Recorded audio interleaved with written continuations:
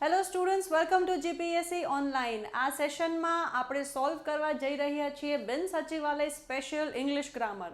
Yes dear students, તમને જણાવી દઉં કે ટૂંક સમયમાં જ આપણી બિન સચિવાલય એક્ઝામ જે આવી રહી છે, બધા વિદ્યાર્થી મિત્રો જે આ એક્ઝામ માટે સ્પેશિયલી ફોર ઇંગ્લિશ ગ્રામર ઘણી સારી એવી પ્રિપેરેશન્સ કરી રહ્યા છે, રાઈટ.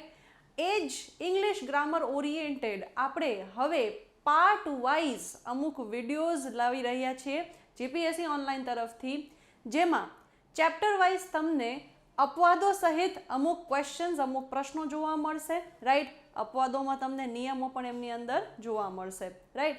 તો ચાલો કન્ટિન્યુ કરીએ વન બાય વન, જેમાં આપણે આ પાર્ટની અંદર લીધા છે 2 ચેપ્ટર, જેમાં અપવાદ સહિત પરીક્ષામાં પૂછાઈ શકાય તેવા પ્રશ્નો ઇન્ક્લુડેડ છે. ક્લિયર? જેમ કે કયા ચેપ્ટર્સ છે આપણી પાસે? એક છે subject verb agreement. Subject verb અગ્રીમેન્ટની અંદર શું ધ્યાનમાં લેવાનું હોય છે? તમને એક્ઝામમાં ખાલી જગ્યાવાળા પ્રશ્નો પૂછાય છે તો એમ, ઇઝ કે આર, વોઝ કે વેર, એક વચન બહુવચનમાં હંમેશા કન્ફ્યુઝન થાય છે આપને.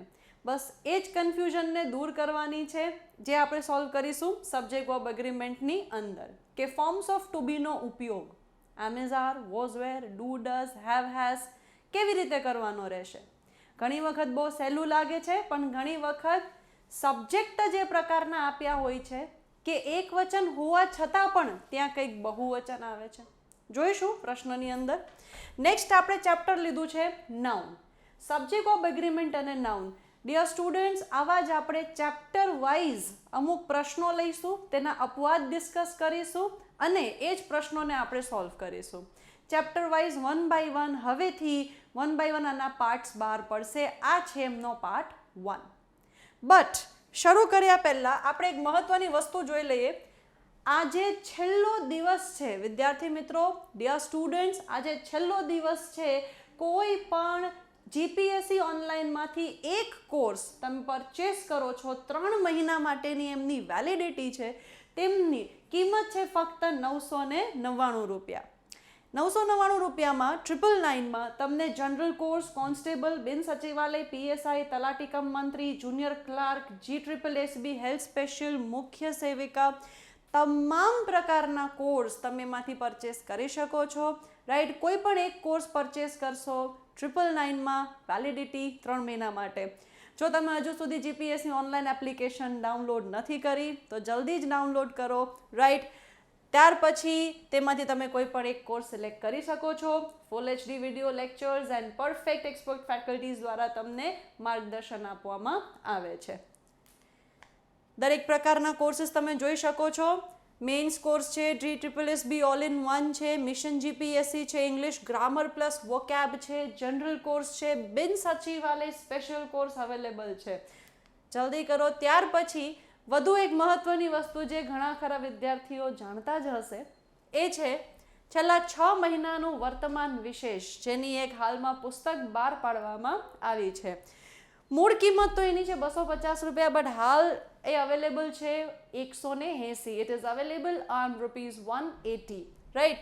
તેમની અંદર 40% તમને ડિસ્કાઉન્ટ આપવામાં આવ્યું છે. ત્યાર પછી 180. ગુજરાત સરકારની આવનારી તમામ સ્પર્ધાત્મક પરીક્ષાઓનું કરંટ અફેર્સ માટેનું અતિ ઉપયોગી પુસ્તક અહીંયા અવેલેબલ છે. જલ્દી જ પરચેસ કરો dear students, as well as download કરો જીપીએસસી ઓનલાઈન એપ્લિકેશન, જે હવે વેબ સંકુલ છે. ચાલો તો ફાઇનલી આપણે કન્ટિન્યુ કરીએ આપણા ચેપ્ટર વાઇઝ ગ્રામરના ક્વેશ્ચન્સ. યસ, જેમાં આપણે 2 ચેપ્ટર લીધા છે, subject verb agreement and noun. Clear છે? ચાલો વન બાય વન આના પ્રશ્નો લઈએ અને એમને સોલ્વ કરીએ. સૌથી પહેલો ક્વેશ્ચન આપણી પાસે છે, he is one of the greatest leaders that dash ever lived. બરાબર? બહુ બધા મહાન નેતાઓમાંથી તે પણ એક મહાન નેતા છે જે સારું જીવી ગયો છે. Okay, that has ever lived. હવે તમારે અહીંયા બ્લેન્ક ફિલઅપ કરવાનો છે. he is one of the greatest leaders, તો he is one of the greatest leader તમારે બ્લેન્ક ફિલઅપ કરવાનો છે. અહીંયા સૌથી પહેલા તમને આપ્યું છે હેઝ, જે એકવચન છે. હેવ ઘણા વિદ્યાર્થીઓને ખબર હશે કે આ શેમાં યુઝ થાય છે, તો કે બહુવચનમાં યુઝ થાય છે. વિલ ભવિષ્ય માટે યુઝ થાય છે. અને ડુ તો કે ડુ પણ બહુવચન માટે યુઝ થાય છે. ઓકે, અને પ્લસ તમને અહીંયા લીવ્ડ આપ્યું છે. લીવ્ડ એટલે ક્રિયાપદનું ભૂત કૃદંત આપ્યું છે. જ્યારે ક્રિયાપદનું ભૂત કૃદંત આપ્યું છે તો કાં તો હેવ કાં તો હેઝ, બંનેમાંથી કોઈ એક જ આવશે. ડુ ડસ સાથે હંમેશા ક્રિયાપદનું શું આવે છે? મૂળ રૂપ આવે છે. શું આવે છે? ક્રિયાપદનું મૂળ રૂપ. એટલે વિલ અથવા ડુ બંનેમાંથી કંઈ પણ આવશે નહીં. મોડલ ઓક્ઝિલરી પછી હંમેશા ક્રિયાપદનું મૂળ રૂપ હોય છે. શોર્ટકટ છે ઇંગ્લિશ ગ્રામરનો. ત્યાર પછી ડુ અથવા ડઝ, તેના પછી પણ જો ગમે ત્યારે ક્રિયાપદનો ઉપયોગ થતો હોય તો એ પણ હંમેશા મૂળ રૂપમાં આવશે. મેઇન વર્બ, જેમ કે રાઇટ, રોટ, રિટન છે તો ફક્ત રાઇટ આવશે. ક્લિયર? પ્લે, પ્લેડ, પ્લેડ છે તો ફક્ત પ્લે આવશે. ડન છે? ચાલો, તો તમારા ઓપ્શન સી અને ઓપ્શન ડી તો અહીંયાથી જતા રહ્યા. હવે આપણી પાસે વધ્યો option A and B, has and have. એક વચન યુઝ કરવાનું છે કે બહુવચન યુઝ કરવાનું છે? એક સિમ્પલ સાદો નિયમ છે. સાવ સિમ્પલ સાદો નિયમ છે કે ગમે ત્યારે ખાલી જગ્યાની પહેલા, ગમે ત્યારે બ્લેન્કની પહેલા જો તમને આવા શબ્દો આપ્યા હોય, હુ અથવા ધેટ, ગમે ત્યારે બ્લેન્કની પહેલા જો તમને હુ અથવા ધેટ જેવા કન્જંક્શન્સ આપ્યા છે તો ખાલી જગ્યામાં ટુ બીનો કયો રૂપ આવશે? તો ખાલી જગ્યામાં ટુ બીનો રૂપ કોના પ્રમાણે આવશે? હુ અથવા ધેટની પહેલા જે પણ કર્તા અથવા સબ્જેક્ટ આપ્યો હશે તે. Once again I am repeating, ખાલી જગ્યાની પહેલા હુ અથવા ધેટ આપ્યું છે તો તેની પહેલા તમને કયો કર્તા અથવા કયો નાઉન અથવા કયો શબ્દ આપ્યો છે, તે જ શબ્દ નક્કી કરશે કે ખાલી જગ્યામાં એક વચન આવશે કે બહુવચન આવશે. તો અહીંયા જોઈ લ્યો, આપણે ધેટની પહેલાનો શબ્દ કયો છે? ગ્રેટેસ્ટ લીડર્સ છે. ભાઈ લીડર્સ એક વચન છે કે બહુવચન છે? બહુવચન છે. સાવ શોર્ટકટ છે, સિમ્પલ ગ્રામર છે. ધેટ અથવા હુની પહેલા એક વચન હોય અથવા તો બહુવચન, જે પણ નાઉન હશે તેના પ્રમાણે આગળનો સહાયક ક્રિયાપદ નક્કી થશે. રાઈટ? તો બહુવચન છે તો ભાઈ આપણે કયો પોઈન્ટ સિલેક્ટ કરીશું? That is have. HAVE. હેઝનો ઉપયોગ થશે નહીં. ક્લિયર છે ભાઈ? તો તમારો કરેક્ટ આન્સર આવશે શું? Your correct answer will be option B, that is have. C અને ડી શા માટે ના આવે આપણે ડિસ્કસ કરી ચૂક્યા છીએ. અને હેઝ શા માટે ના આવે? કારણ કે એ એકવચન છે. ક્લિયર? હંમેશા યાદ રાખવાનું કે હું અથવા ધેટની પહેલા જે પણ નાઉન આપ્યો છે, એક વચન હોય કે બહુવચન, તેના પ્રમાણે જ આગળનો સહાયક ક્રિયાપદ નક્કી થશે. ચાલો, let's see the next question. આપણે બીજો પ્રશ્ન જોઈએ. સેમ એવો જ પ્રશ્ન છે. Yes, Kohli is one of the players who dash been selected for the test match. Kohli બહુ બધા પ્લેયર્સમાંથી એક એવો પ્લેયર છે જે ટેસ્ટ મેચ માટે સિલેક્ટ થયા છે. Clear?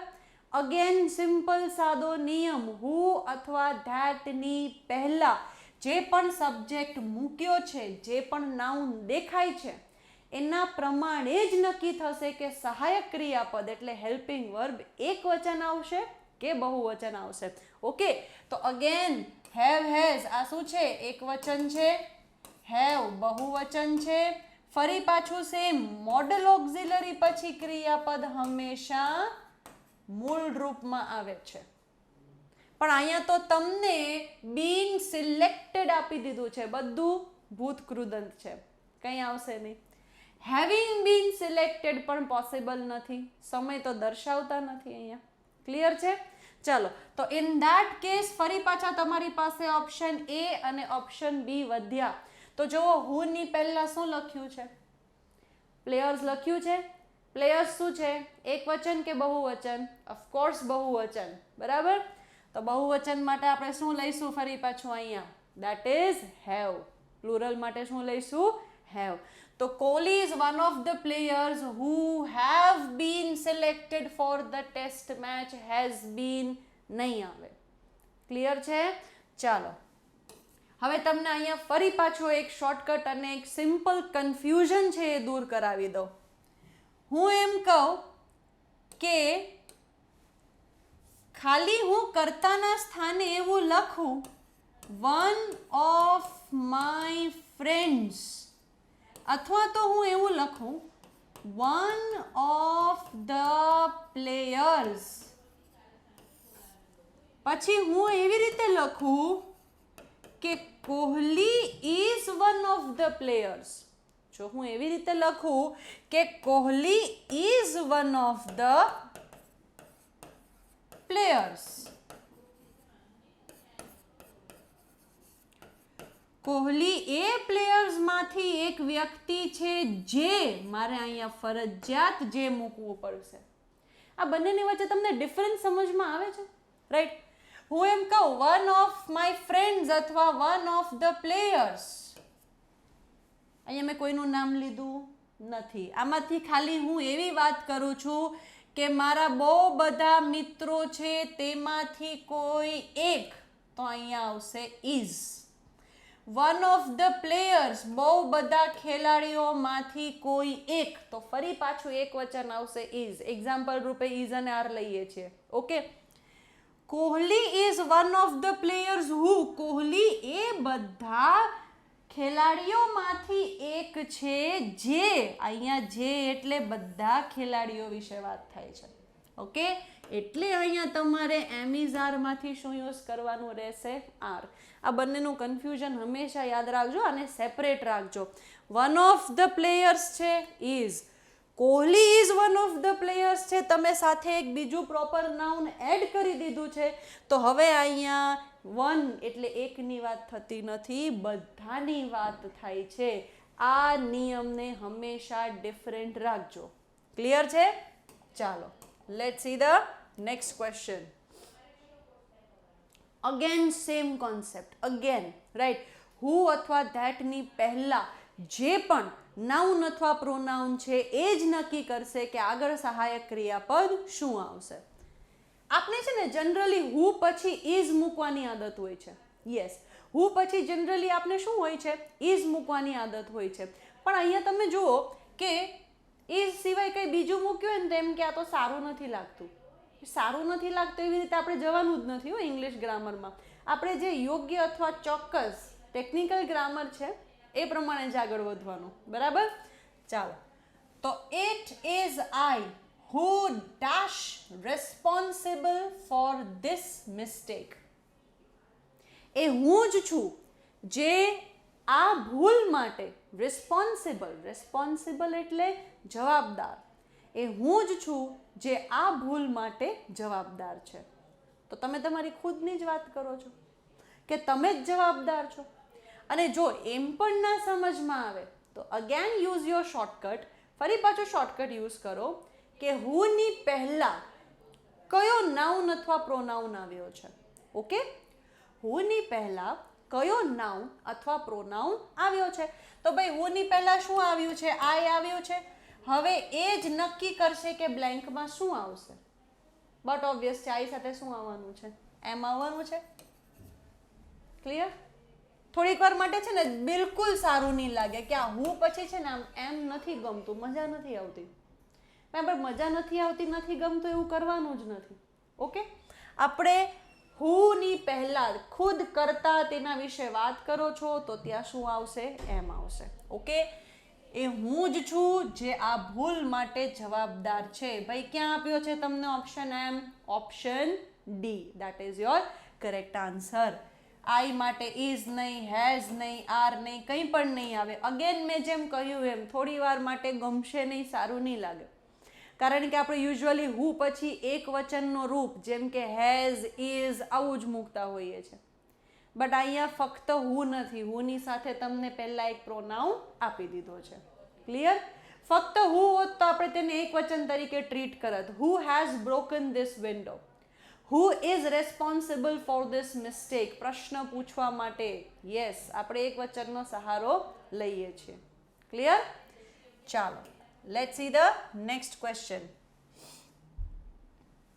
One of the players અને Kohli is one of the players. મેં તમને બંનેમાં ડિફરન્સ સમજાવ્યો.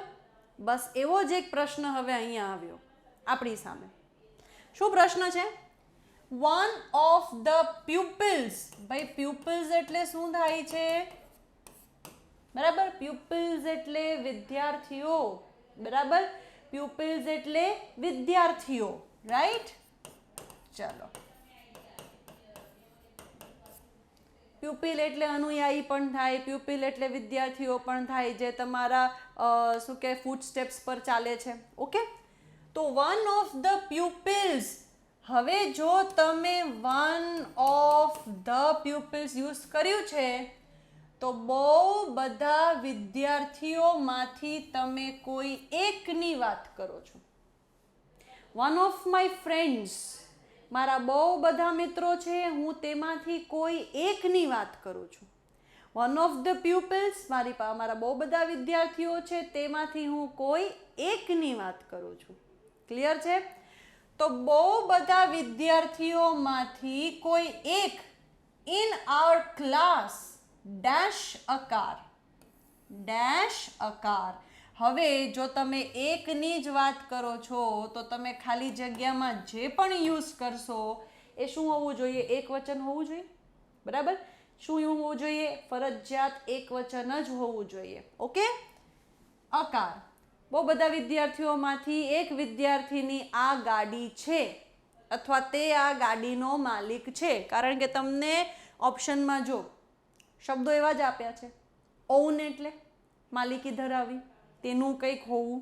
ઓકે, હવે જો તમે ઓન આવો શબ્દ યુઝ કરો છો તો ઓન શબ્દ યુઝ થાય છે બહુવચન માટે, કાં તો પછી એમ લઈ લ્યો કે આઈ, વી, યુ, ધે, અથવા તો plural countable noun. I own, we own, you own, they own. Okay, અને પ્લુરલ કાઉન્ટેબલ નાઉન. બરાબર, સ્ટુડન્ટ્સ, ટીચર્સ, બરાબર, પીપલ, મેનેજર્સ, આવા શબ્દોનો ઉપયોગ કરો છો તો બહુવચન તરીકે ઓનનો ઉપયોગ થશે. જો તમે ઓન્સ બોલો છો તો ઓન્સ યુઝ થાય છે થર્ડ પર્સન સિંગ્યુલર માટે. ભાઈ થર્ડ પર્સન સિંગ્યુલર એટલે શું? તો કે ત્રીજો પુરુષ એકવચન. થર્ડ પર્સન સિંગ્યુલર એટલે શું? ત્રીજો પુરુષ એકવચન. ત્રીજો પુરુષ એકવચન કોને કહેવાય? હી, શી, ઇટ અથવા તો નાઉન. સિંગ્યુલર કાઉન્ટેબલ નાઉન અથવા તો singular uncountable noun. But obvious uncountable noun singular જ રહેશે, રાઈટ? તો ભાઈ તેના માટે તો આપણે એક રીતે વાત કરીએ કે આ ઓન્સ શું છે? એક વચન માટે. હજી આને આપણે ક્લેરિફાઈ કરીએ તો ઓન V1 છે ક્રિયાપદનું મૂળ રૂપ, અને ઓન્સ શું છે? V5 છે ક્રિયાપદનું એસ, ઈએસ અથવા તો આઈઈએસ વાળું રૂપ. ગો તો ગોઝ, કમ તો કમ્સ, આપણે આવા શબ્દો યુઝ કરીએ છીએ. યસ, અને ક્યાં યુઝ કરીએ? જ્યારે તમે એક વચન વિશે વાત કરતા હો ત્યારે. અહીંયા આપણે એક વિશે જ વાત કરીએ છીએ. બહુ બધા વિદ્યાર્થીઓમાંથી કોઈ એકની આ ગાડી છે, તો બહુ બધા વિદ્યાર્થીઓમાંથી કોઈ એકની આ ગાડી છે, એના માટે આપણે કયો ઓપ્શન સિલેક્ટ કરીશું? Ones a car. એક વચન. આપણે કેમ અહીંયા એમિઝારમાંથી ઇઝનો ઉપયોગ કરીએ?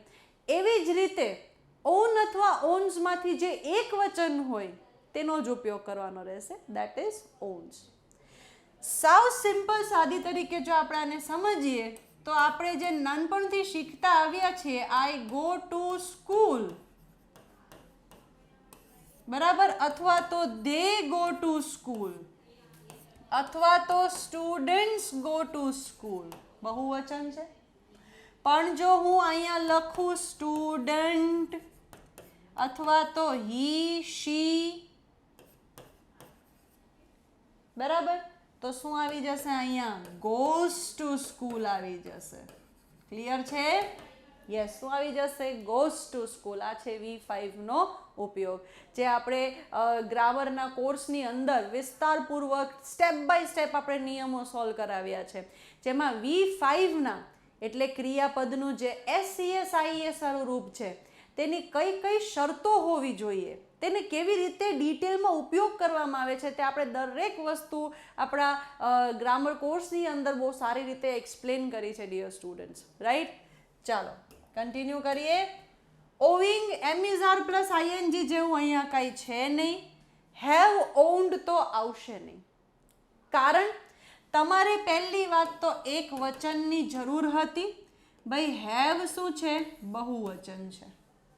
હેવ કોના માટે યુઝ થાય? બહુવચન માટે. હેવ, હેઝ, ડુ, ડઝ દરેક પોઈન્ટનો ઉપયોગ આપવામાં આવ્યો છે સાવ બેઝિક. ઘણી વખત વિદ્યાર્થીઓને હેવ, હેઝ અને ડુ, ડઝના ઉપયોગમાં પણ પ્રોબ્લેમ થતી હોય છે. આપણે એનું એક આખું અલગથી ચેપ્ટર જ બનાવ્યું છે, જે તમારે જોવું જરૂરી છે. યસ, એમાં કોઈ ખોટી વાત નથી. ઘણા લોકો એમ કે હેવ, હેઝ નથી આવડતું, બહુ ક્રાઇમ મોટો છે. નહીં, કંઈ ક્રાઇમ નથી, ન પણ આવડે. એના બેસિક્સ શીખવા બહુ જરૂરી છે. Okay, let's see the next question. The king with all his ministers dash present there. રાજા તેના બધા મિનિસ્ટર્સ, બરાબર, બધા મંત્રીઓ સાથે ત્યાં હાજર હતા. ઓકે, ચાલો ભાઈ, શું નિયમ છે? કોઈ પણ બે કરતા, કોઈ પણ બે કરતા અથવા સબ્જેક્ટ with, along with અથવા તો as well as થી જોડાયા હોય.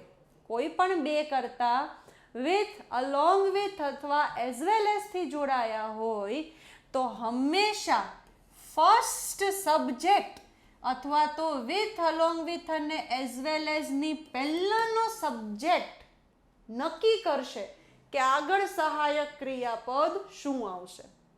એ નક્કી કરશે કે આગળ સહાયક ક્રિયાપદ એટલે હેલ્પિંગ વર્બ શું આવશે. ઘણા વિદ્યાર્થીઓ શું ભૂલ કરે?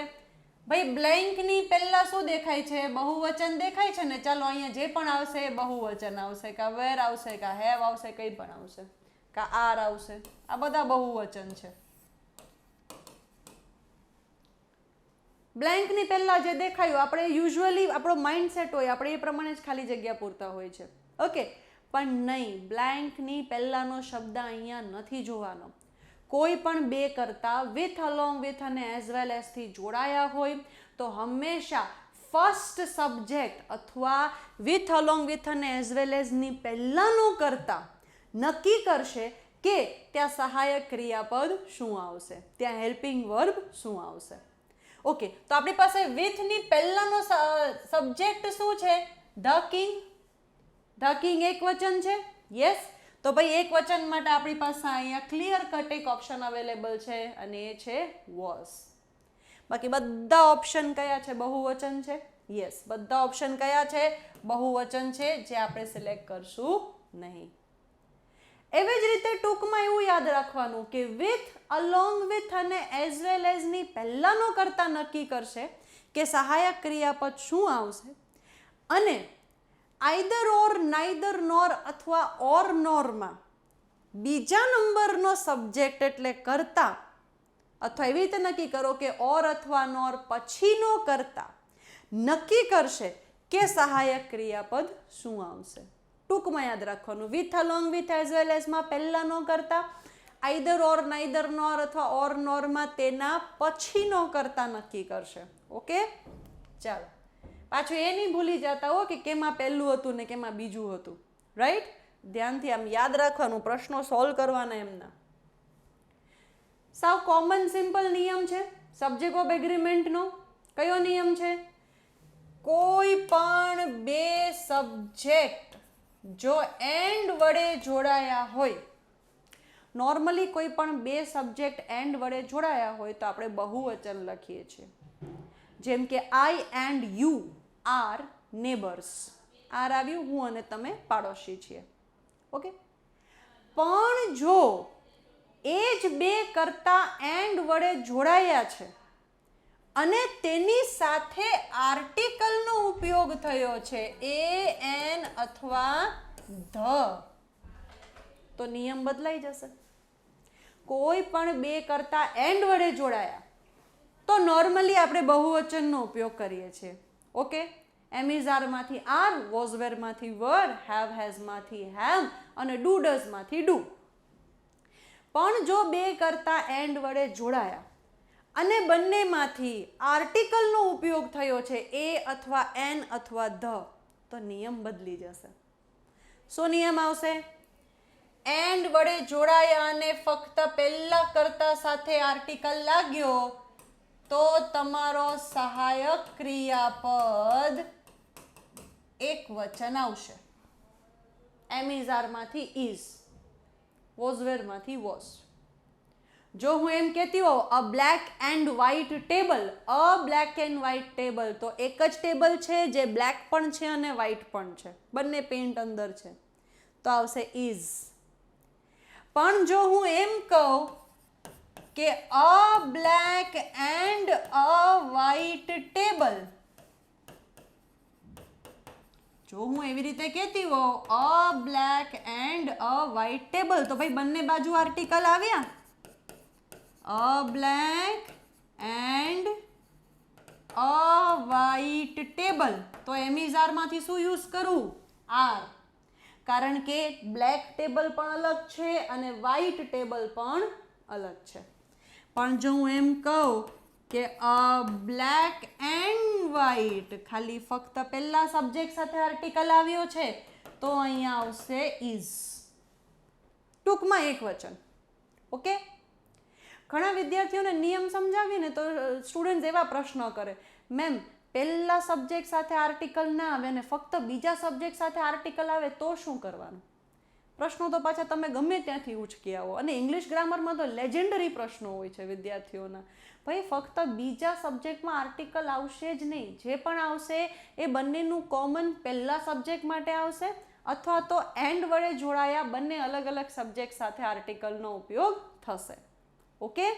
ચાલો, તો હવે આપણે નિયમ તો અહીંયા ડિસ્કસ કર્યો. શું આપ્યું છે આપને પ્રશ્નની અંદર? ધ ગ્રેટ પોએટ એન્ડ ડ્રામેટિસ્ટ, મહાન કવિ, ઓકે, અને ડ્રામેટિસ્ટ, બરાબર, જે નાટકમાં પાત્રો ભજવે છે, જે ડ્રામાસ કરે છે, ઓકે, બંને સબ્જેક્ટ એન્ડ વડે જોડાયા છે.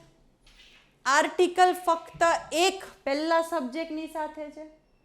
એનો મતલબ આ એક વ્યક્તિ જ બંને રોલ પ્લે કરે છે. ભાઈ આ વ્યક્તિ કવિ પણ છે અને આ વ્યક્તિ નાટ્યકાર પણ છે, મતલબ આ વ્યક્તિ કલાકાર પણ છે. આ એક જ વ્યક્તિ કવિ પણ છે, આ એ જ વ્યક્તિ નાટ્યકાર પણ છે, મતલબ બંને એક જ વ્યક્તિ છે. તો જો બંને એક જ વ્યક્તિ હોય, કારણ કે પહેલા જ સાથે ખાલી ધનો ઉપયોગ, આર્ટિકલનો ઉપયોગ થયો છે, તો આ ચારમાંથી તમારો એક વચન ઓપ્શન કયું છે? Option A, is. ઓકે. બાકી બધા તમારી પાસે બહુવચન પ્લુરલના ઓપ્શન અવેલેબલ છે.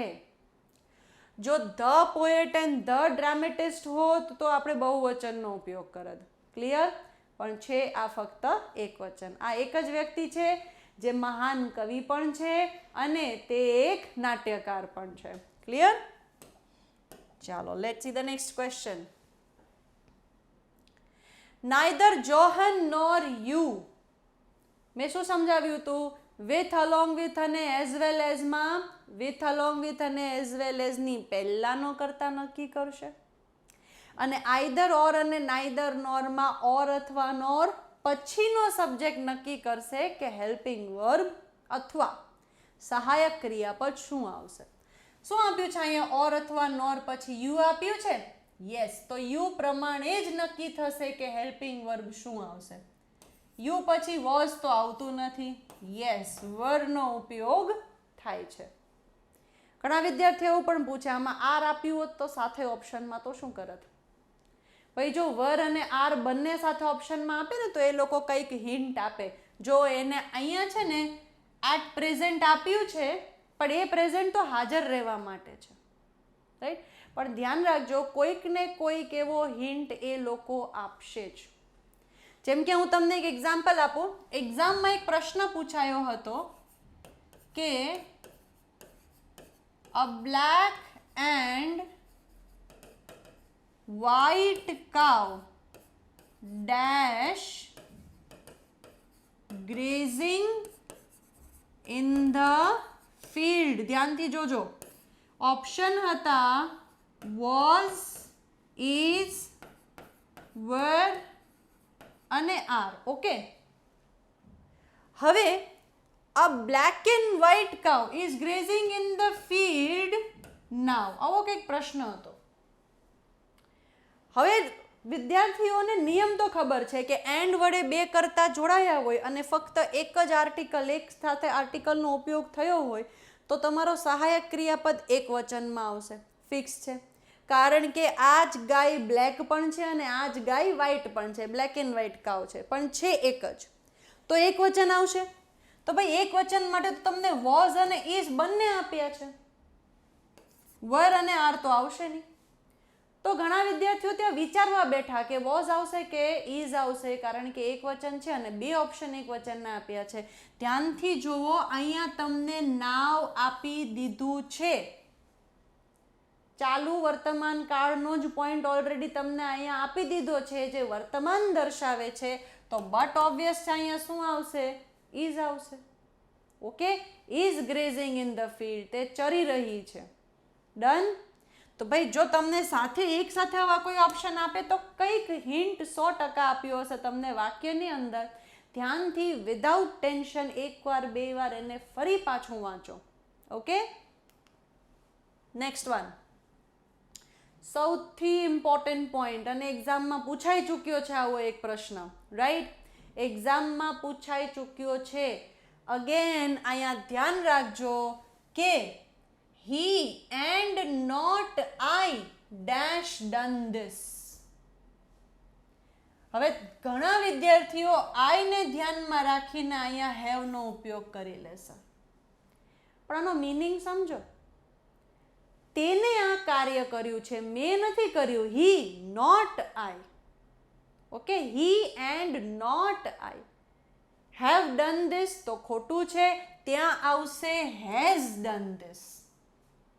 હવે ઘણા વિદ્યાર્થીઓ વિચારે આઈ સાથે હેઝ તો આમ પણ સારું નથી લાગતું, આઈ સાથે કા હેવ હોવું જોઈએ કા એમ હોવું જોઈએ, આમાં નહીં સારું લાગતું. એટલે જાણી જોઈને નિયમ આવડતો હોય ને તો પણ ઘણા વિદ્યાર્થીઓ સારું નથી લાગતું એ ચક્કરમાં ખોટો જવાબ ટીક કરી આવે છે. ઓકે, હા ભાઈ, સારું નથી લાગતું એવું આપણે વિચારવાનું જરાય નથી અહીંયા બિલકુલ.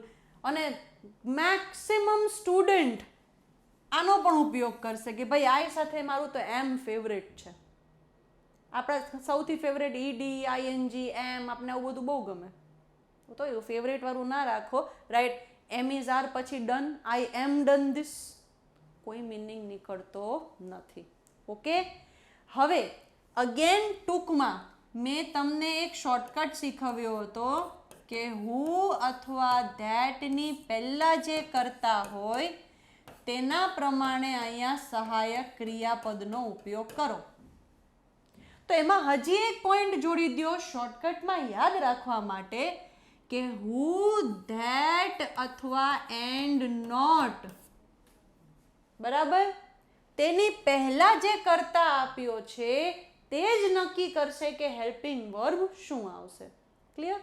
તો ભાઈ આ એન્ડ નોટની પહેલા શું આપ્યું છે? હી આપ્યું છે.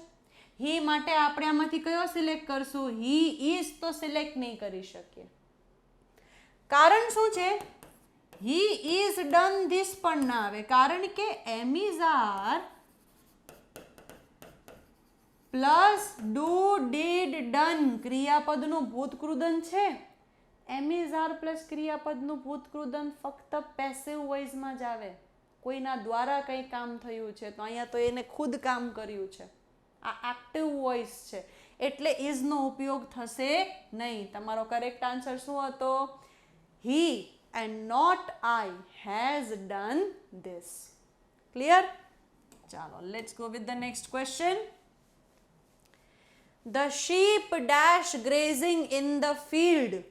Sheep dash grazing in the field. તો ભાઈ sheep એક વચન છે કે બહુવચન છે?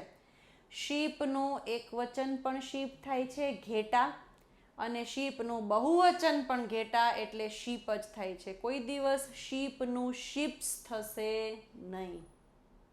બીજું, આને બાય ડિફોલ્ટ બહુવચનમાં જ લેવામાં આવે છે. જ્યારે પણ આના માટે તમારે સહાયક ક્રિયાપદ એટલે હેલ્પિંગ વર્બ નક્કી કરવો હોય ત્યારે એને બાય ડિફોલ્ટ બહુવચનમાં જ લેવામાં આવે છે, કારણ કે તે ફિલ્ડમાં ચરે છે, મેદાનમાં ચરે છે. ગ્રેઝ એટલે ચરવું. ધ્યાન રાખજો, GRAZE ગ્રેઝ એટલે ચરવું, અને GAZE ગેઝ એટલે ધ્યાનથી જોવું. A mother was gazing at her child. Gazing, grazing નહીં. ક્લિયર? અને બીજું GRACE ગ્રેસ. તો આપણે કહીએ ને કે ગ્રેસ એટલે બહુ સરસ, સુંદર. You have performed gracefully with perfection. Okay, ચાલો. તો ભાઈ અહીંયા શું આવશે? સૌથી પહેલાં તો તમારો correct answer by default are, કારણ કે ઘેટા હંમેશા ત્યાં ઝુંડમાં જ હોય છે ચરવા માટે. ક્લિયર છે? ચાલો, જે હંમેશા ઝુંડમાં હોય છે એટલે તેના માટે બાય ડિફોલ્ટ પ્લુરલ યુઝ કરવામાં આવે. અને તમને કદાચ ગમે ત્યારે એક્ઝામમાં પૂછે કે give the plural of sheep, તો ભાઈ પ્લુરલ ઓફ શીપ શીપ જ થશે, એનું શીપ્સ નહીં થાય. ઓકે, ચાલો next one. It is I who dash done this. બહુ સહેલું છે. હુ અથવા ધેટ અથવા એન્ડ નોટની પહેલાંનો કરતા નક્કી કરશે. તો ભાઈ આઈ આપ્યું જ છે તો આઈ પ્રમાણે, અને ક્રિયાપદનું ભૂતકૃદંત છે જો V3. ફરી પાછો એમનો ઉપયોગ કરતા નહીં મહેરબાની કરીને. એમ શા માટે નહીં આવે? એમ ડન પોસિબલ થશે નહીં. Am is are plus V3, am is are plus ક્રિયાપદનું ભૂતકૃદંત અથવા વોઝવેર પ્લસ ક્રિયાપદનું ભૂતકૃદંત ફક્ત ક્યાં આવશે? પેસિવ વોઇસમાં જ આવશે. ઓકે, તો ભાઈ એમનો ઉપયોગ થશે નહીં. આઈ પ્રમાણે હેઝ અથવા ઇઝનો ઉપયોગ થશે નહીં. આપણે કોનો ઉપયોગ કરીશું? It is I who have done this. Have has plus ક્રિયાપદનું ભૂતકૃદંત. હેવ હેઝ પ્લસ ક્રિયાપદનું ભૂતકૃદંત એટલે V3. ઘણા લોકો વિચારતા હશે કે આ V3 V1 શું છે? તો અગેન સમજાવી દઉં. V1 ક્રિયાપદનું મૂળ રૂપ WRITE જેમ કે રાઈટ. V2 ક્રિયાપદનું ભૂતકાળનું રૂપ જેમ કે રોટ. V3 ક્રિયાપદનું ભૂતકૃદંત જેમ કે રિટન. V4 ક્રિયાપદનું ING વાળું રૂપ જેને કહેવાય છે વર્તમાન કૃદંત, present participle. that is called writing. Write, wrote, written અને રાઇટિંગ. પછી છેલ્લે આપણે કહીએ છીએ V5, જેમાં V1 પ્લસ SES અથવા તો IES. ગોનું ગોઝ, રાઇટનું રાઇટ્સ. ક્લિયર છે? ચાલો, તો ભાઈ શું આવશે? It is I who have done this. Has done this નહીં આવે. ક્લિયર છે? ચાલો, નેક્સ્ટ સૌથી ઇમ્પોર્ટન્ટ નિયમ. યસ, એક્ઝામમાં પૂછાઈ શકાય તેવો એક અપવાદ. આપણે ગમે ત્યારે કાલ્પનિક ઘટનાઓ વિશે વાત કરતા હોઈએ, જે ઘટના બની નથી, તમે ફક્ત એની કલ્પના કરી છે, આવું થયું હોત તો. ઓકે, તો ગમે ત્યારે કાલ્પનિક ઘટનાઓ, કાલ્પનિક ઈચ્છાઓ માટે આપણે એક નિયમ ફિક્સ છે કે કાં તો આઈ વિશ વાળા વાક્ય હોય, ઇફ અને વુડ વાળા વાક્ય હોય, અથવા તો એઝ ઇફ વાળા વાક્ય હોય. એમાં તમારે ગમે ત્યારે ટુ બી નું રૂપનો જો ઉપયોગ કરવાનો હોય તો ફિક્સ જ છે કે શું આવશે? વર. ઓકે, જેમ કે if I were a bird, I would fly. જો હું એક પક્ષી હોત તો જરૂર ઉડત. Okay, if I were a bird, I would fly. કાલ્પનિક છે, ન પક્ષી બન્યા કે ન ઉડ્યા, કંઈ ન થયું.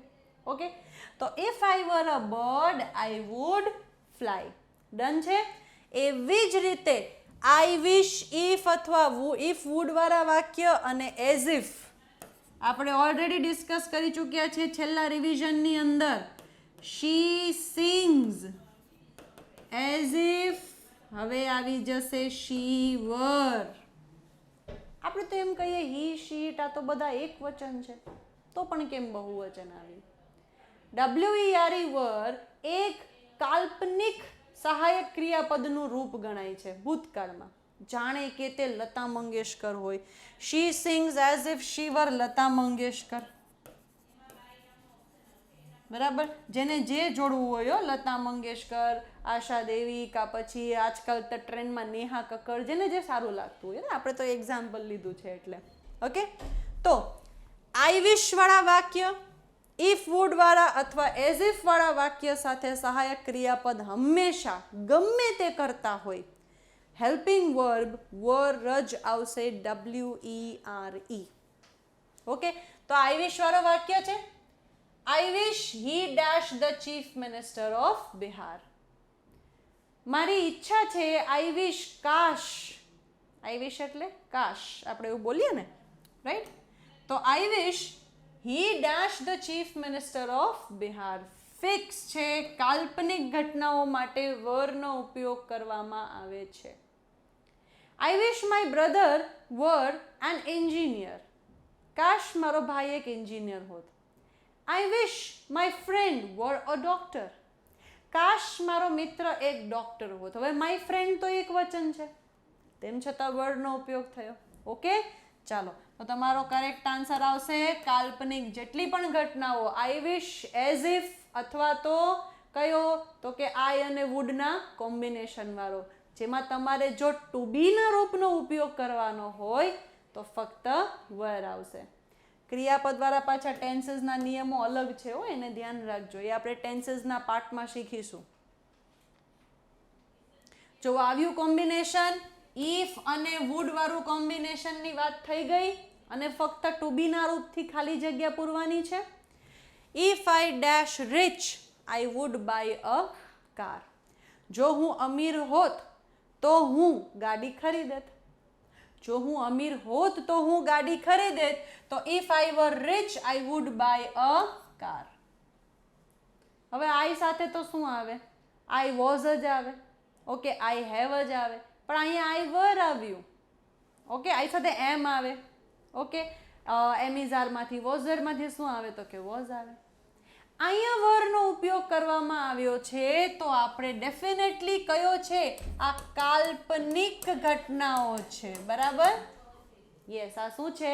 કાલ્પનિક ઘટનાઓ છે કે જો હું અમીર હોત તો હું એક ગાડી ખરીદેત. એક્ઝામમાં તમને કાં તો વરના સ્થાને ખાલી જગ્યા આપશે અને કાં તો વુડના સ્થાને, બંનેમાંથી કોઈ એક જગ્યા ખાલી આપશે. તો આ ત્રણનું કોમ્બિનેશન હંમેશા યાદ રાખવાનું, આઈ, વર અને વુડ. ઓકે, ચાલો, અગેન આઈ એમ સેઇંગ ટેન્સીસમાં આના નિયમો ડિફરન્ટ છે, એ આપણે ટેન્સીસના ભાગમાં 100% જોઈશું. રાઈટ? અગેન સૌથી મહત્વનો સવાલ, age and experience dash wisdom to man. માણસમાં જેમ જેમ ઉંમર અને અનુભવ આવતા જાય તેમ તેમ માણસનું ડાપણ વધતું જાય. આપણે કે ને, માણસની જેમ જેમ ઉંમર વધતી જાય અને અનુભવો વધતા જાય તેમ તેમ તે માણસનું ડાપણ વધતું જાય. સબ્જેક્ટ ઓફ એગ્રીમેન્ટની અંદર એક નિયમ છે કે એન્ડ વડે જ્યારે બે કર્તા જોડાયા હોય, એન્ડ વડે જ્યારે બે કર્તા જોડાયા હોય અને એ બંને કર્તાઓ કોઈ પણ એક જ વસ્તુને સંબોધિત કરતા હોય, કોઈ પણ એક જ વસ્તુને પોઈન્ટ આઉટ કરતા હોય અથવા કોઈ એક વસ્તુ માટે જ બોલાયેલા હોય તો હંમેશા સહાયક ક્રિયાપદ એક વચનમાં આવે છે. આનો તમને સૌથી સિમ્પલ એક્ઝામ્પલ કહું જે આપણે બહુ બધી વાર જોયો હશે, bread and butter is my favourite dish. એક જ ડિશમાં વાત કરો છો, એક આખી ડિશ છે શેની, તો કે બ્રેડ એન્ડ બટરની. Milk and honey is my favourite drink. હવે જો અહીંયા તમે ડ્રિંક્સ લખી નાખ્યું ને તો આર આવશે, કારણ કે હવે તમે બંનેને અલગ અલગ સંબોધિત કરો છો. મિલ્ક પણ અલગથી ભાવે છે અને હની પણ અલગથી ભાવે છે, પણ બંને મળીને એક ફિક્સ ડ્રિંક તમને ભાવે છે તો એક વચન જ રહેશે. ક્લિયર છે? યસ. તો બંને મળીને એક વચન રહેશે. તો બે કરતા જો એન્ડ વડે જોડાયા હોય તો ઘણી વખત આપણે એમ કહીએ બેડ એન્ડ બ્રેકફાસ્ટ. ઘણા લોકોને આમ પથારીમાં બ્રેકફાસ્ટ મળતો હોય, જોયું હશે હે ને. તો the bed and breakfast in the hotel was good. હોટેલમાં બેડ એન્ડ બ્રેકફાસ્ટ સારો હતો. ક્લિયર? તો એવી જ રીતે જેમ કે મિલ્ક એન્ડ હની છે, બ્રેડ એન્ડ બટર છે, હોર્સ એન્ડ કેરિયેજ છે, ઘોડાગાડી, એવી જ રીતે સ્લો એન્ડ સ્ટેડી છે. આપણે એમ કહીએ, કદાચ આ તમે વાક્ય જોયો હશે કે સ્લો એન્ડ સ્ટેડી, તો હંમેશા એક વચન જ આવશે, વિન્સ. V5 ક્રિયાપદનું SES વાળું રૂપ એક વચન માટે જ યુઝ થાય છે. Slow and steady wins the race. ભાઈ એક જ માણસની અંદર જો બંને ક્વોલિટી હોય કે વ્યક્તિ ધીરજવાળો હોય, સ્ટેબલ હોય, તો એ કોઈ પણ રેસ જીતી શકે છે. પણ એક વ્યક્તિની અંદર આ બંને ક્વોલિટીઝ હોવી જોઈએ. તો એક માટે જ બેની વાત કરતા હોય તો ત્યારે આપણે હંમેશા હેલ્પિંગ વર્બ એક વચનમાં જ લઈશું. ક્લિયર છે? તો slow and steady wins the race. Age and experience. હવે જેમ મેં અહીંયા વિન્સ લખ્યું છે, V5 છે, તો તમને આમાં ક્યાં દેખાય છે V5? Option B. Age and experience brings wisdom to man. માણસની અંદર એજ અને એક્સપિરિયન્સ જ્યારે સાથે આવી જાય ત્યારે તેની અંદર ડાપણ આવી જાય. એક જ વ્યક્તિની અંદર ઉંમર પણ આવે છે, વધે છે, અને તેનો અનુભવ પણ વધે છે. ઓકે ભાઈ, બ્રિંગ શા માટે નહીં આવે? આ આપણે યુઝ કરીશું બહુવચન માટે. V1 છે ક્રિયાપદનું મૂળ રૂપ, આ V5 છે ક્રિયાપદનું SES અથવા IES વાળું રૂપ. ઓકે, અને પ્લસ આ સાદો વર્તમાન કાળ છે, કારણ કે આ હકીકત છે, આ સત્ય છે જેને તમે નકારી ન શકો. ક્લિયર? ચાલો, let's see the next question. Gulliver's Travels. આ જોઈને કન્ફ્યુઝ થવું નહીં. પુસ્તકનું નામ છે, બધાને ખ્યાલ છે, બરાબર? પુસ્તકનું નામ છે, ચેપ્ટરનું પણ નામ છે, આપણે સ્કૂલમાં ભણી ચૂક્યા છીએ. હવે ઘણા સ્ટુડન્ટ્સ ત્યાં એસ જોવે ને એટલે એને એમ થાય કે બહુવચન છે, પણ ધ્યાનથી જોવો, સિંગલ ઇન્વર્ટેડ કોમા વડે જોડાયેલું છે. ગલીવર્સ ટ્રાવેલ્સ ડેશ અ ફેમસ સેટાયર. ખરેખર સેટાયર એટલે કટાક્ષ થાય, પણ સેટાયર એટલે હાસ્ય કથા પણ થાય છે. કોઈ વસ્તુ જે હાસ્ય ને રૂપ હોય છે. ઓકે, સેટાયર એટલે હાસ્યરૂપી, સેટાયર એટલે કટાક્ષ પણ બંને થાય છે, ધ્યાનથી જોજો. પણ અહીંયા તો હાસ્યરૂપ એક વર્ણન ગલીવર્સ ટ્રાવેલમાં કરવામાં આવ્યું છે. લગભગ બધાને ખ્યાલ હશે ગલીવર્સ ટ્રાવેલની વાર્તા. તો ભાઈ ગલીવર્સ ટ્રાવેલ્સ પુસ્તકનું નામ, નાટકનું નામ તો એક વચનમાં જ રહેશે, બહુવચન નહીં થાય. તેમ છતાં ન સમજાય ને તો અહીંયા સિંગલ ઇન્વર્ટેડ કોમા વડે જોડાયેલું છે, ધ્યાન રાખી લેજો. એનો મતલબ એ એક નામ છે, બહુવચન નથી. ઓકે, તો is a famous satire. Are બહુવચન, વર બહુવચન, શુડ તો શેના માટે હોય? કોઈની ફરજ બતાવતા હોય તેના માટે. અહીંયા તમે કોઈની ફરજ દર્શાવતા નથી. ઓકે, ચાલો let's see the next one. The jury dash divided in their opinion. એક નિયમ છે, કોઈ પણ કમિટી, કોઈ પણ જ્યુરી, જ્યુરી એટલે તો કે જજીસનું એક આખું ગ્રુપ, કોઈ પણ કમિટી, કોઈ પણ જ્યુરી, જો આ બધાનું એક મત હોય તો એક વચન, પણ જો આ બધાના મત વિભાજિત થઈ ગયા હોય તો તમારો સહાયક ક્રિયાપદ પણ બહુવચનમાં આવશે. હવે એને કીધું જ છે કે જ્યુરી એટલે જજીસનું આખું ગ્રુપ, બરાબર, એ ડિવાઈડ થઈ ગયા છે પોતપોતાના મતની અંદર, તો તમારે ફરજિયાત અહીંયા બહુવચનનો ઉપયોગ કરવો પડશે. ઓકે, જ્યુરી, કમિટી, આ બધા શું છે, બરાબર? The committee of members, the jury of જજીસ, આ બધા શું છે? આ બધા કલેક્ટિવ નાઉન છે. ઓકે, તો આના માટે હંમેશા એક વચનનો જ ઉપયોગ થશે. પણ જો એમને તમે ડિવાઈડ કરી દો છો, નોર્મલ કોમન નિયમ શું છે? કલેક્ટિવ નાઉન છે, એક વચન છે, તો સહાયક ક્રિયાપદ પણ એક વચન આવશે. પણ જો એના ભાગ પાડી દેવામાં આવે, એને ડિવાઈડ કરી દેવામાં આવે, તો બધાના મત અલગ અલગ થઈ ગયા, તો સહાયક ક્રિયાપદ પણ બહુવચન. જેમ કે the jury were divided in their opinion. જો હું એવી રીતે લખું, જ્યુરી અથવા committee dash taken its decision, તો એક તો તમને અહીંયાથી પણ ખબર પડે કે ભાઈ ઇટ્સ એક વચન છે. અહીંયા તમને ક્યાંય ભાગ પાડેલા દેખાતા નથી, ક્યાંય કોઈ પ્રકારનું ડિવિઝન નથી. તો અહીંયા તમને માની લ્યો હું કદાચ ઓપ્શન આપું, હેવ બહુવચન છે અને હેઝ એક વચન છે, બટ ઓબ્વિયસ છે તમે શું સિલેક્ટ કરવાના છો? હેઝ.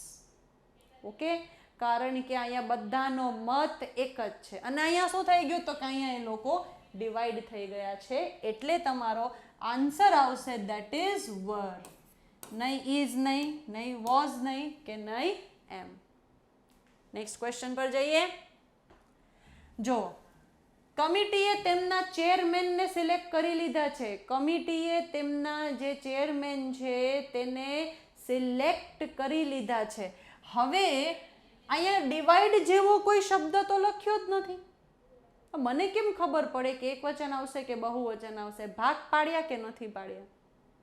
પહેલી વારમાં બધાને એવું જ લાગે કે એક વચન, કારણ કે કમિટી, જ્યુરી, આ બધું એક વચન કલેક્ટિવ નાઉન છે એટલે ત્યાં સિંગ્યુલર જ આવશે. મેં તમને હમણાં ઇટ્સ વાળો એક પ્રશ્ન બતાવ્યો હતો. એવી જ રીતે અહીંયા ધ્યાનથી જુઓ, ખાલી જગ્યા પછી એ લોકોએ લખ્યું છે chosen their chairman. એનો મતલબ બધાના મત અલગ અલગ છે. તેઓના ચેરમેનને સિલેક્ટ કર્યા છે. બે વ્યક્તિએ એ ને સિલેક્ટ કર્યું હશે, બીજા 3 વ્યક્તિએ બી ને સિલેક્ટ કર્યું હશે, બીજા 3-4 વ્યક્તિએ સી ને સિલેક્ટ કર્યું હશે. મત અલગ થઈ ગયા. તો જે લોકોએ અહીંયા શું લખ્યું હોય? ધેર. બાકી કમિટી તો એક વચન છે, ઇટ્સ જ આવે. ઇટ્સ હોય તો એક વચન, ધેર હોય તો ત્યાં બહુવચન તરત જ મૂકી દેવાનું રહેશે. આવો જ ફરીને પ્રશ્ન તમને પ્રોનાઉન રિલેટેડ પણ પૂછાય. ચલો કેવી રીતે પૂછાય સમજાવો. The committee dash chosen their chairman. પહેલા તો અહીંયા શું આવશે? જે પણ આવશે બહુવચન આવશે. જે પણ આવશે બહુવચન આવશે. તો શું આવશે? હેવ નો ઉપયોગ થશે. યસ, કારણ કે chosen છે તો chosen શું છે? ક્રિયાપદનું ભૂતકૃદંત છે. ભૂતકૃદંત સાથે હેવ હેઝ નો ઉપયોગ, એમ ઇઝ આર વોઝ વેર નો ઉપયોગ ભૂતકૃદંત સાથે ફક્ત શેમાં થશે? પેસિવ વોઇસમાં. અને આમ પણ તમારે બહુવચનની જરૂર છે તો બહુવચન આ 3માંથી એકેય ઓપ્શનમાં નથી. એક જ ઓપ્શન આપ્યો છે, that is option B. Clear છે? યસ. ચાલો, હવે તમને એક્ઝામમાં કાં તો હેવના સ્થાને ખાલી જગ્યા આપશે, કાં તો ધેરના સ્થાને ખાલી જગ્યા આપશે. વાઇસે વર્સા તમે સિલેક્ટ કરી શકો છો. જો હેવ આપ્યું છે તો ફરજિયાત આગળ ધેર આવશે, ધેર આપ્યું છે તો ફરજિયાત આગળ જે પણ છે બહુવચન જ આવશે. એમ ઇઝ આરમાંથી આર, વોઝ વેરમાંથી વર, ડુ ડઝમાંથી ડુ, હેવ હેઝમાંથી હેવ. આ બધા બહુવચનના રૂપ છે. ઓકે, ચાલો નેક્સ્ટ વન.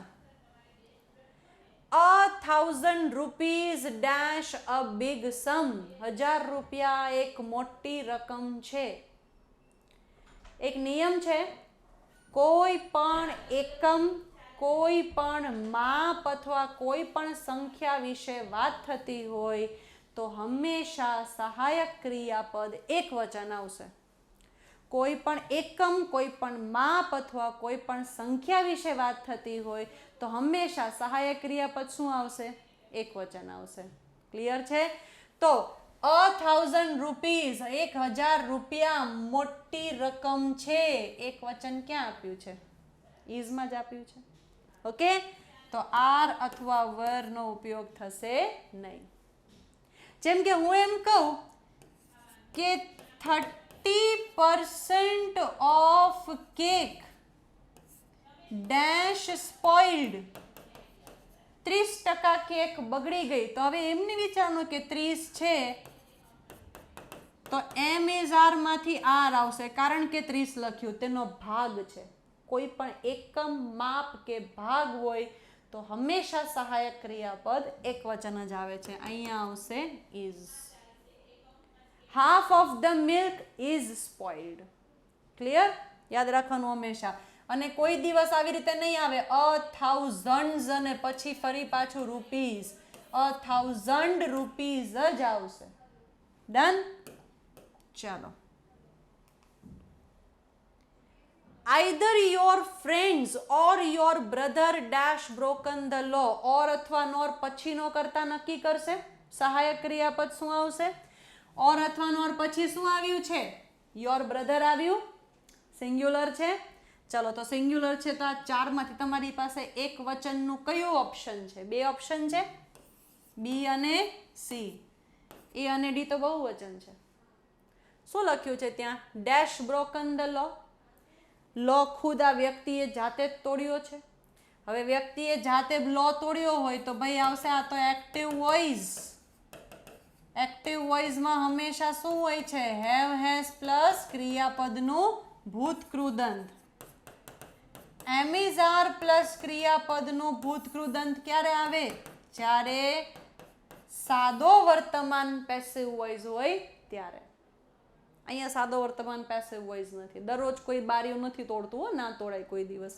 તો in that case your correct answer is option B. એ છે હેઝ. ઇઝનો ઉપયોગ થશે નહીં. ઇઝનો ઉપયોગ કરશો તો સાદો વર્તમાન કાળ પેસિવ વોઇસ થઈ જશે. કર્મણી પ્રયોગ જે અહીંયા થયો નથી વાક્યની અંદર. બરાબર? તો either your friends or your brother has broken the law. or અથવા નોર પછીનો કરતા નક્કી કરશે કે સહાયક ક્રિયાપદ શું આવશે. અગેન ઇઝ શા માટે ના આવ્યું? કારણ કે is broken am is are plus ક્રિયાપદનું ભૂતકૃદંત ફક્ત સાદા વર્તમાન પેસિવ વોઇસમાં આવે છે, અહીંયા આવતું નથી. ઓકે, હું એમ કહું કે ધ ન્યૂઝપેપર અથવા તો the tea is made by my mother every day. તો is made am is are plus V3 passive voice. Okay, I who dash your friend will guard your interest. હું જે તમારો મિત્ર છે, હું ની પહેલાનો કરતા નક્કી કરશે, તરત જ સિલેક્ટ કરી લેવાનું I who am your friend will guard your interest. હંમેશા તમારી રક્ષા કરશે, તમારું ધ્યાન રાખશે. તો who, that અથવા and not ની પહેલાનો કરતા હંમેશા હેલ્પિંગ વર્બ નક્કી કરશે. ઓકે, બહુ સિમ્પલ છે, જે આપણે ઓલરેડી સોલ્વ કરી ચૂક્યા છે.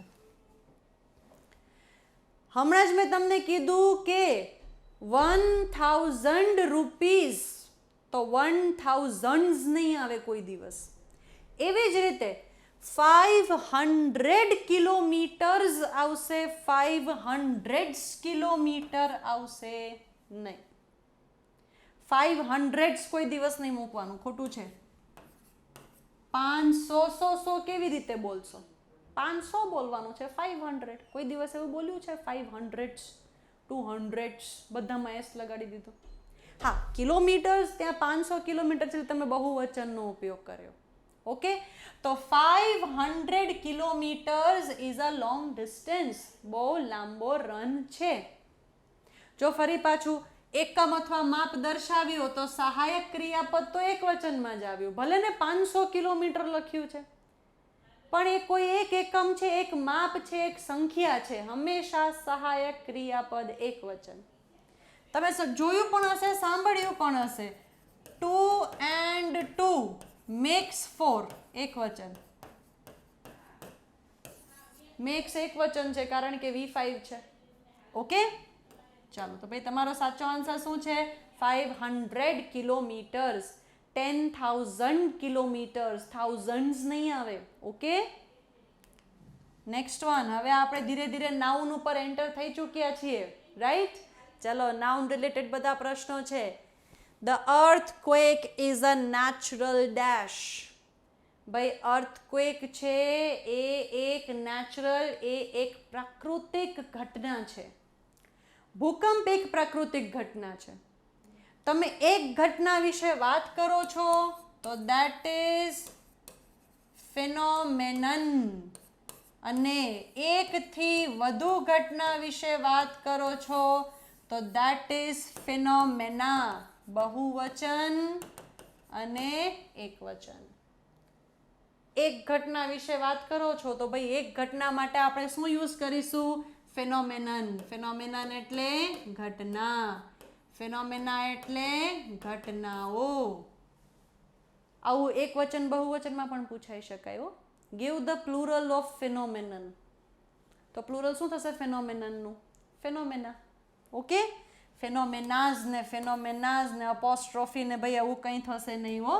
તો ભાઈ અર્થક્વેક છે, ભૂકંપ છે, એક પ્રાકૃતિક ઘટના છે. There are many criteria to judge pure gold.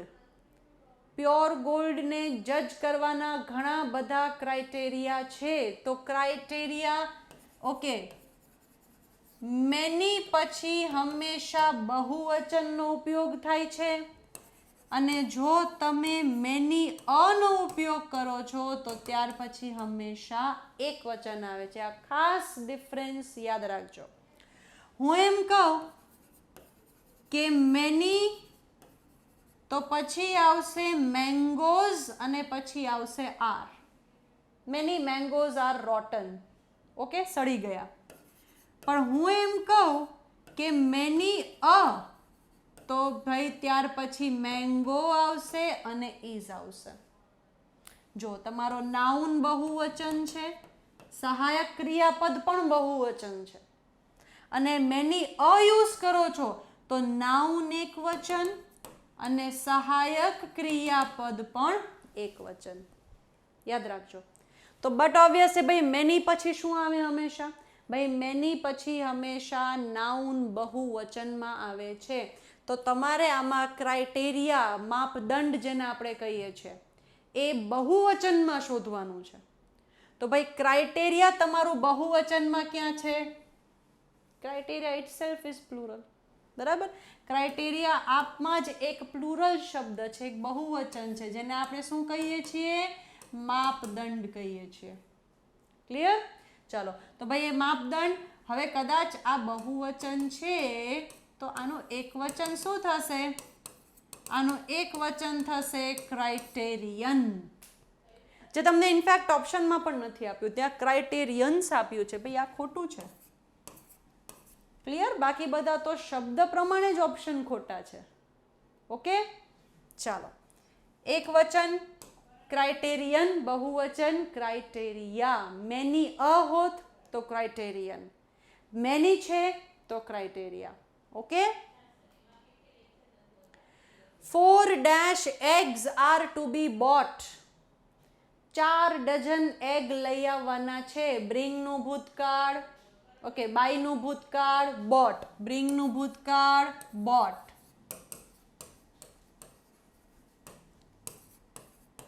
Okay, ફક્ત શેનો ડિફરન્સ છે? એક આર નો જ ડિફરન્સ છે. બાય ખરીદવું, બ્રિંગ લાવવું. તમને બોટ આપ્યું છે તો ખરીદવાના છે. કોઈ દિવસ ડઝનનું ડઝન્સ નહીં થાય. ઇટસેલ્ફ ડઝન બહુવચન છે. ઓકે, જેમ આપણે 100નું હંડ્રેડ્સ નથી કરતા, 1000નું થાઉઝન્ડ્સ નથી કરતા, ભાઈ એવી જ રીતે ડઝનનું ડઝન્સ નથી કરવાનું. ઓકે, તો 4 dozen eggs R two B boat.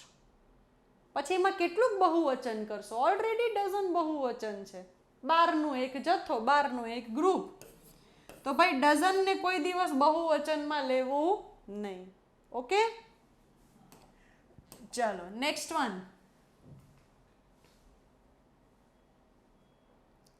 The dash are grazing in the field. હંમેશા યાદ રાખજો, અહીંયા આપણે લખીએ એક વચન, અહીંયા આપણે લખીએ બહુવચન. શીપનું એક વચન પણ શીપ થાય છે અને બહુવચન પણ શીપ થાય છે. કદાચ કોઈને આમ કન્ફ્યુઝન થતી હોય ને તેના માટે આપણે વાત કરીએ.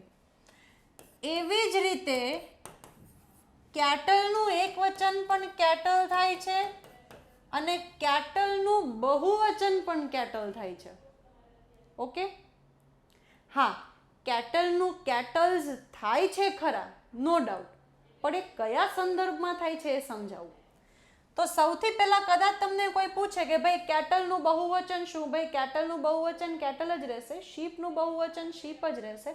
ઓકે, અને they are by default plural. અહીંયા આર ગ્રેઝિંગ આપ્યું જ છે. The cattle are grazing in the field, the cattles are grazing in the field નહીં આવે. તો સૌથી પહેલા તો તમારો ઓપ્શન એ સાચો. તો શીપ એટલે ઘેટા અને કેટલનો મતલબ જ થાય છે ઢોર. પશુઓ, ઢોર, એને આપણે કેટલ કહીએ તો એ ઇટસેલ્ફ બહુવચન છે. તમે જો કેટલ્સ એવું બોલવા ઈચ્છો છો તો કેટલ્સ એટલે એ જ પશુઓ અથવા એનિમલના અલગ અલગ પ્રકારોની તમે વાત કરો છો, જે આપણે અહીંયા કરવાની થતી નથી. બધા એક સાથે મળીને ત્યાં મેદાનમાં ચરે છે. હવે ક્યાં તમે ત્યાં પ્રકાર બતાવશો? આમાં આ પ્રકાર છે, આમાં બીજો પ્રકાર છે. કેટલનું કેટલ્સ ત્યારે જ બોલવામાં આવે જ્યારે તમે એ ઢોરની ચોખવટ કરો છો કે આ અલગ અલગ પ્રકારના પશુઓ અહીંયા અવેલેબલ છે. ઓકે, ચાલો, બાકી કેટલનું કેટલ જ રહેશે. તમે અહીંયા કોઈ પ્રકારની ચોખવટ કરી નથી. The cattle are grazing in the field. Next one. The dash of Himalayas is very fine. હિમાલયાની જે સીનરી છે, ભાઈ સીનરી એટલે શું? તો કે તેનું એક ચિત્ર, તેનું એક દ્રશ્ય, તે ખૂબ જ સારું છે. હવે દ્રશ્ય છે ને એક ટાઈમે એક જ જોઈ શકો, એટલે હંમેશા યાદ રાખવાનું કે ભાઈ સીનરી જે દ્રશ્ય છે, કુદરતી દ્રશ્ય, તે એક વચનમાં જો, તેને તમે બહુવચનમાં ન કરી શકો. તમે તમારી બે આંખે જે કુદરતી દ્રશ્ય જોવો છો એ તમને એકવારમાં એક જ કુદરતી દ્રશ્ય દેખાય છે. કુદરતી દ્રશ્યો નથી દેખાતા. બરાબર, ચક્કર આવતા હોય તો વાત અલગ છે. આમ બહુ ચક્કર આવતા હોય તો પછી બહુ બધા દ્રશ્યો દેખાશે. બરાબર, એક વ્યક્તિ બબે દેખાશે ને બીજું વ્યક્તિ 3 દેખાશે, એ અલગ વાત છે. બટ સીનરી એક ટાઈમે તમે એક જ દ્રશ્ય તમારી આંખે જોઈ શકો છો. દ્રશ્યો પોસિબલ નથી. ક્લિયર છે? હા, હું એમ કહું ત્યાંના બધા દ્રશ્યો તો કંઈક વાત જ અલગ છે. રાઈટ, ચોખવટ કરી છે the scenery of Himalayas is very fine, કે ભાઈ હિમાલયાની સીનરી ખૂબ જ સારી છે. કુદરતી દ્રશ્ય, સીનરીનું સીનરી જ રહે છે, કોઈ દિવસ સીનરીઝ થતું નથી. Right, next one. 50 dash are grazing in the field. હમણાં જ આપણે નક્કી કર્યું કે શીપનું શીપ, કેટલનું કેટલ. એક વચન તો એક વચન, બહુવચન તો બહુવચન, બંને સેમ જ રહેશે. અને આમ પણ અંક, માપ, ક્રમાંકની સાથે આપણે બહુવચન શબ્દ મૂકતા જ નથી. 500, 500s નહીં, 10,000, 10,000s નહીં. ઓકે, તો તમારો સાચો આન્સર શું આવશે? 50 sheep are grazing in the field. 50 sheeps નહીં આવે, ખોટું. ક્લિયર? ચાલો let's see the next question. બહુ વાર પૂછાય છે આવો પ્રશ્ન એક્ઝામની અંદર, તો આજે ધ્યાનથી આને શીખી જ લ્યો. ઓકે, અહીંયા તમને પોઝેસિવ નાઉન વિશે વાત કરવામાં આવી છે, માલિકી દર્શાવતી સંજ્ઞા, નામ જેને આપણે કહીએ, રાઈટ. જો ઓલરેડી ગમે તેની કોલેજ અથવા હોસ્ટેલ હોય તો તે નામ હંમેશા બહુવચનમાં જ રહેશે. કારણ કે ખાલી હું બોય લખું કે ભાઈ છોકરાની હોસ્ટેલ, તો એક છોકરાની હોસ્ટેલ ના હોય, બધા છોકરાઓની હોસ્ટેલ હોય. એક છોકરીની હોસ્ટેલ ના હોય, બધી છોકરીઓની હોસ્ટેલ હોય. એટલે સૌથી પહેલા તો નક્કી કરી લ્યો કે ગમે તેની હોસ્ટેલ કે કોલેજ કે સ્કૂલ કે કંઈ પણ હોય ને, તો નાઉન તો બહુવચન જ રહેશે. હવે નાઉન બહુવચન રહેશે તો માલિકી દર્શાવતા શબ્દનો એક નિયમ છે. માલિકી દર્શાવતા શબ્દનો એક નિયમ છે. શું નિયમ છે? માલિકી દર્શાવવા માટે અંતે અપોસ્ટ્રોફી એસ મૂકવામાં આવે છે, પણ જેમાં ઓલરેડી એસનો ઉપયોગ થયો હોય, જે શબ્દમાં પહેલેથી જ એસનો ઉપયોગ થયો હોય, ત્યાં ફક્ત અપોસ્ટ્રોફીનો ચિહ્ન મૂકવામાં આવે છે, બીજું કંઈ મૂકવામાં આવતું નથી. હવે મારે એમ કહેવું હોય કે બોયઝ કોલેજ અથવા બોયઝ સ્કૂલ અથવા બોયઝ હોસ્ટેલ, ઓકે ચલો આપણે કોલેજ અથવા હોસ્ટેલ લઈ લઈએ, તો અહીંયા પહેલેથી જ એસનો ઉપયોગ થયો છે, તો ખાલી તમારે અપોસ્ટ્રોફી મૂકવાનું છે અને અહીંયા લખવાનું છે સ્કૂલ, કોલેજ, હોસ્ટેલ, જે લખવું હોય તે. છોકરાઓની હોસ્ટેલ. ઓકે, વુમેન, મહિલાઓ, આની માલિકી દર્શાવી છે, તો માલિકી દર્શાવવા માટે પહેલેથી એસનો ઉપયોગ થયો છે? નથી થયો, તો અલગથી મૂકવાનું રહેશે apostrophe S. Women's hostel, men's hostel. ગર્લ્સમાં પહેલેથી એસનો ઉપયોગ થયો છે, ફક્ત અપોસ્ટ્રોફી મૂકવાનું રહેશે. તમે હોસ્ટેલ, કોલેજ જે પણ કંઈ લખો તે. ક્લિયર છે? ધ્યાન રાખવાનું. આને આવા જ બીજા માલિકી દર્શાવતા જેટલા પણ કોન્સેપ્ટ છે આપણે બધા નિયમોમાં કોર્સની અંદર ડિસ્કસ કર્યા છે, બહુ સારી રીતે એક્સપ્લેન થયું છે, ત્યાં જોઈ લેવા. રાઈટ? અગેન બહુ સિમ્પલ ક્વેશ્ચન છે. નવરાત્રિ જે એક 9 દિવસનો ઉત્સવ છે, નવરાત્રિ આપી જ દીધું છે તમને, ફરી પાછું યાદ કરાવવું. 500 નહીં, 500, 10,000 નહીં, 10,000. અને એમાં તો પાછા એ ચોખવટ કરી કે તો જે પણ હશે બધું એક વચનમાં હશે. યસ, તો a 9-day festival is celebrated to worship goddess Durga. Right? દેવી દુર્ગાને પૂજવા માટે આપણે આ નવરાત્રિ ફેસ્ટિવલ, આ તહેવાર મનાવીએ છીએ. ઓકે, તો પણ લખો છો ને ડેઝ પણ લખો છો, ખોટું. ધ 9 days તો ભાઈ કોઈ ચોક્કસ ચોખવટ કરી નથી અહીંયા. અને 9 days નવરાત્રિ 9 days ફેસ્ટિવલ, ખોટું. કારણ સમજાવું તમને. અહીંયા ફેસ્ટિવલ એક નાઉન આપ્યું છે, તેના માટે તમારે ફરજિયાત કોઈ આર્ટિકલનો ઉપયોગ કરવો પડશે કે એ એક 9 દિવસનો તહેવાર છે. નવરાત્રિ 9 દિવસનો તહેવાર નહીં, એક 9 દિવસનો તહેવાર છે. તમે તહેવાર વિશે વાત કરો છો, 9 દિવસ વિશે વાત નથી કરતા. બરાબર? Uttarayan is a festival. Okay, Christmas is a festival. Clear? ચાલો, તો ભાઈ એક તહેવાર વિશે વાત કરો છો એટલે ફરજિયાત આર્ટિકલ એ અથવા એનનો ઉપયોગ કરવો પડશે. પણ આગળ જે પણ ક્રમ અંક યુઝ કરો એ તમારું એક વચન, સિંગ્યુલર હોવું જોઈએ, ડેઝ આવશે નહીં. Next one. The children could spot a dash of fish in the nearby pond. ભાઈ ફિશ, માછલીઓના સમૂહને શું કહેવાય છે? ભાઈ માછલીઓના સમૂહને કહેવાય છે અ સ્કૂલ ઓફ ફિશ. યાદ રાખજો. Okay, a school of fish, a group of people, right? A swarm of mosquitoes. બરાબર, અ સ્વાર્મ ઓફ મોસ્કીટોઝ. પછી શું હોય છે તો કે આર્મી ઓફ એન્ટ્સ. બધા શું છે? કલેક્ટિવ નાઉન છે, રાઈટ. ગ્રુપ લોકો માટે, રાઈટ. ફ્લોક ઓફ શીપ્સ, ઘેટા બકરાનું ઝુંડ હોય તેના માટે. તમે ફિશની વાત કરો છો, that is what a school of fish. ભાઈ ફિશની એક આખી નિશાળ હોય છે, યાદ રાખવાનું, રાઈટ.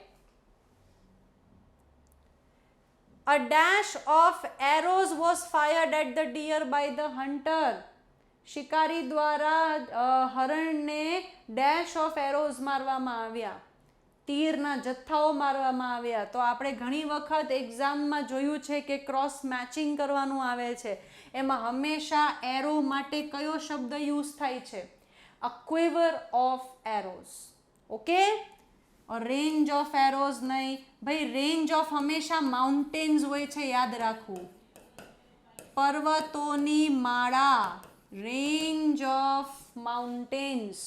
ઓકે, હોસ્ટ નહીં, બટાલિયન નહીં. બટાલિયન આખી એક ફોજ હોય છે, આખી એક ફોજ એક સાથે જથ્થામાં ગ્રુપમાં આવતી હોય અને આપણે બટાલિયન કહીએ છીએ. ઓકે, ચાલો. તો ધ એરોઝ માટે શું યુઝ થશે? Quiver, right. ચાલો નેક્સ્ટ વન. હમણાં જ નક્કી કર્યું, ડિસ્કસ કર્યું આપણે કે a dash of ants had formed around the sugar cube. Okay, તો ભાઈ it was my mistake. A colony of ants, army નહીં, a colony of ants, right. Team નહીં, ફ્લોક નહીં, રાઈટ છે. ચાલો, a colony of ants has formed around. ઘણી વખત એક્ઝામમાં પૂછાયેલો પ્રશ્ન છે કે ડિગ એટલે ખોદવું. તો ભાઈ તમારે આનું શું આપવાનું છે? નાઉન આપવાનું છે, કારણ કે ખોદવું એટલે આ તો એક પ્રકારનું શું છે? ક્રિયાપદ છે. Dig, drug and drug, right. તો તમારે આનું નાઉન ફોર્મ આપવાનું છે. તો આનું નાઉન ફોર્મ થશે ડિચ. ડિચ એટલે ખોદેલો ખાડો. એને શું કહેશું આપણે? ડિચ. તો ભાઈ ડિગનું નાઉન ફોર્મ શું થશે? ડિચ થશે, રાઈટ. ખોદેલો ખાડો. ડિજિટેશન નહીં થાય, રાઈટ. ડાયજેશન એટલે પાચન થાય છે, રાઈટ. DIGTH જેવો કોઈ વર્ડ નથી. ઓકે, ચાલો નેક્સ્ટ લઈએ આપણે. Give the plural form of index. Again ઘણી વખત એક્ઝામમાં પૂછાયેલો પ્રશ્ન છે. તો ભાઈ ઇન્ડેક્સનું થાય છે ઇન્ડાઇસિસ, એવી જ રીતે કોડેક્સનું થાય છે કોડાઇસિસ.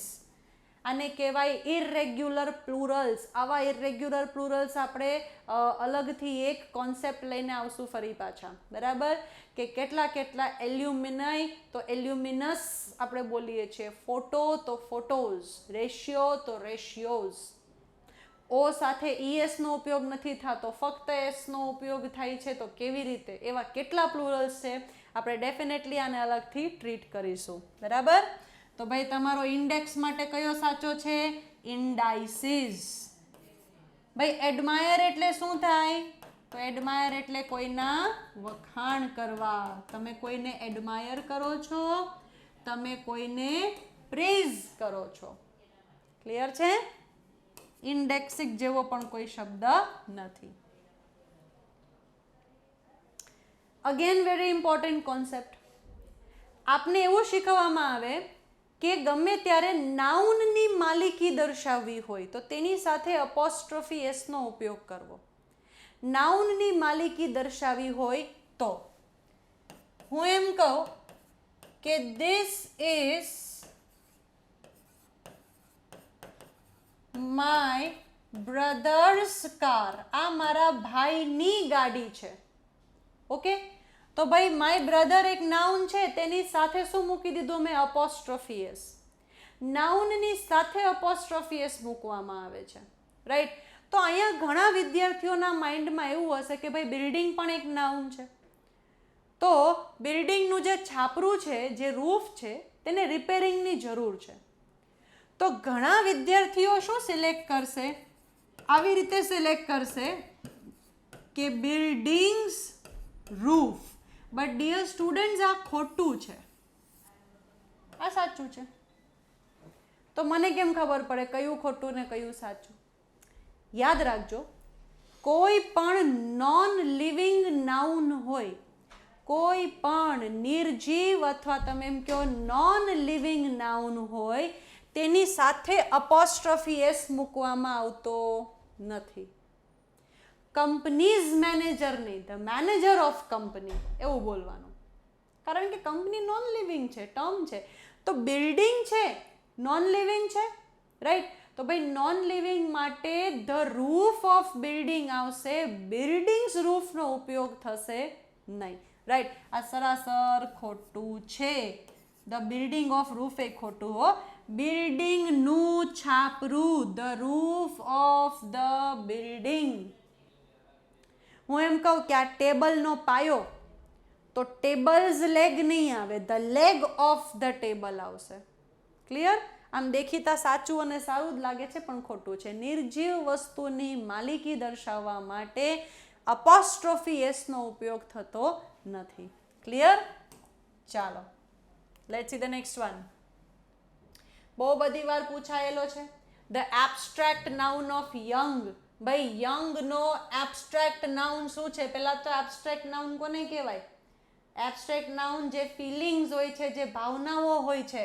તો ભાઈ યંગનો એબ્સ્ટ્રેક્ટ નાઉન થાય છે યુથ. બરાબર? યંગનો એબ્સ્ટ્રેક્ટ નાઉન શું થાય છે? યુથ. ક્લિયર? ચાલો, યંગસ્ટર નહીં આવે. યંગર એટલે કમ્પેરેટિવ ડિગ્રી માટે યુઝ થાય છે.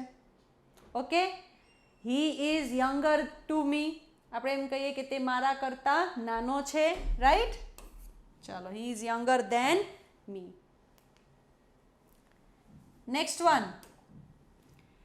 The sport dash makes arrangement for the game. સાચો સ્પેલિંગ સિલેક્ટ કરવાનો છે. કમિટી, ચેરિટી, ઘણા બધા સ્પેલિંગ તમને એક્ઝામમાં પૂછે છે. તો કમિટીનો સાચો સ્પેલિંગ શું છે? ભાઈ કમિટીનો સાચો સ્પેલિંગ એટલું જ યાદ રાખવાનું કે બધું ડબલ આવશે આઈને છોડીને.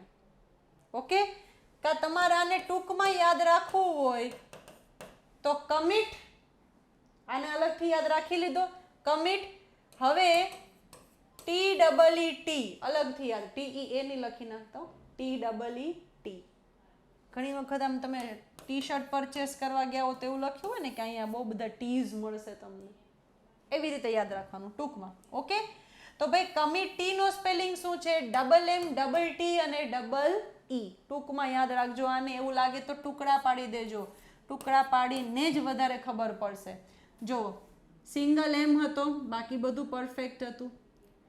ડબલ એમ હતો, ડબલ ઈ હતો, પણ સિંગલ ટી છે, ખોટું. સિંગલ એમ છે, સિંગલ ટી છે, આ તો કંઈક વધારે જ ખોટું છે.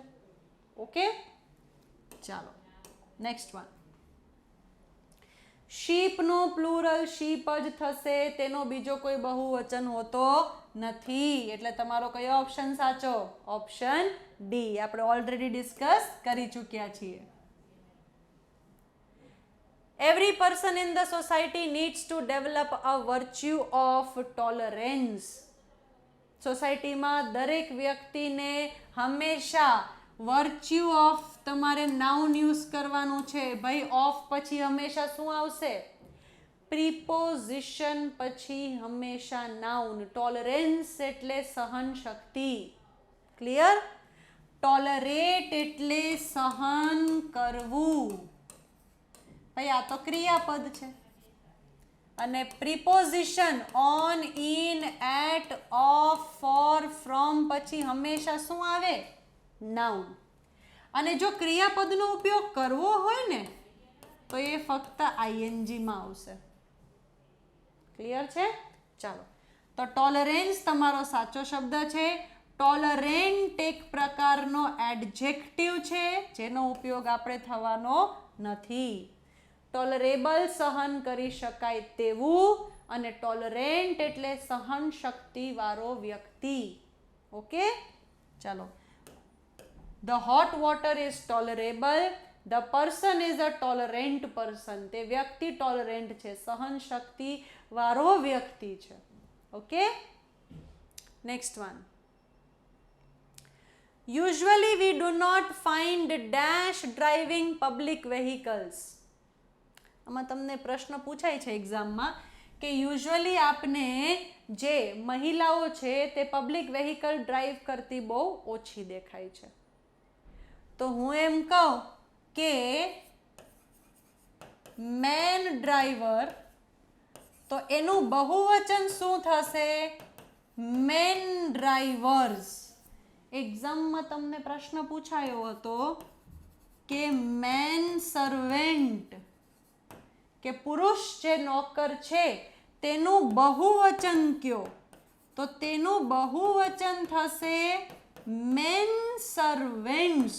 બંને શબ્દો બહુવચન કરવાના રહેશે. મેનનું મેન, સર્વેન્ટનું સર્વેન્ટ્સ. યાદ રાખજો. ઓકે, તેનું બહુવચન.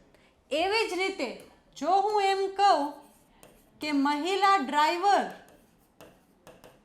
એક વચન, તો તેનું બહુવચન થશે વુમનનું વુમેન અને ડ્રાઈવરનું ડ્રાઈવર્સ.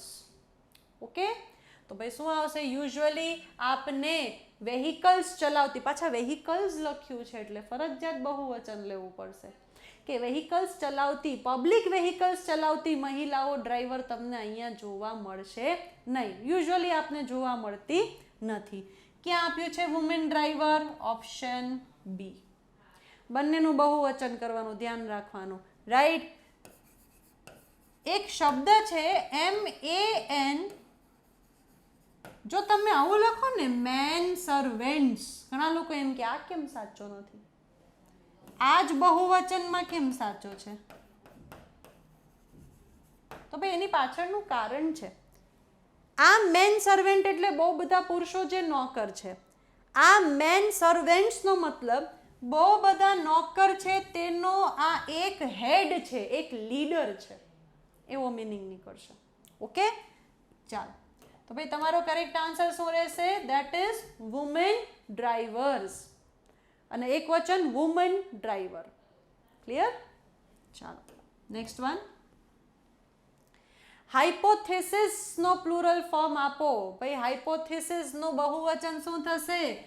ES મૂકવાનું રહેશે. હાઇપોથેસિસનું બહુવચન અંતે ES નો ઉપયોગ કરવાનો રહેશે.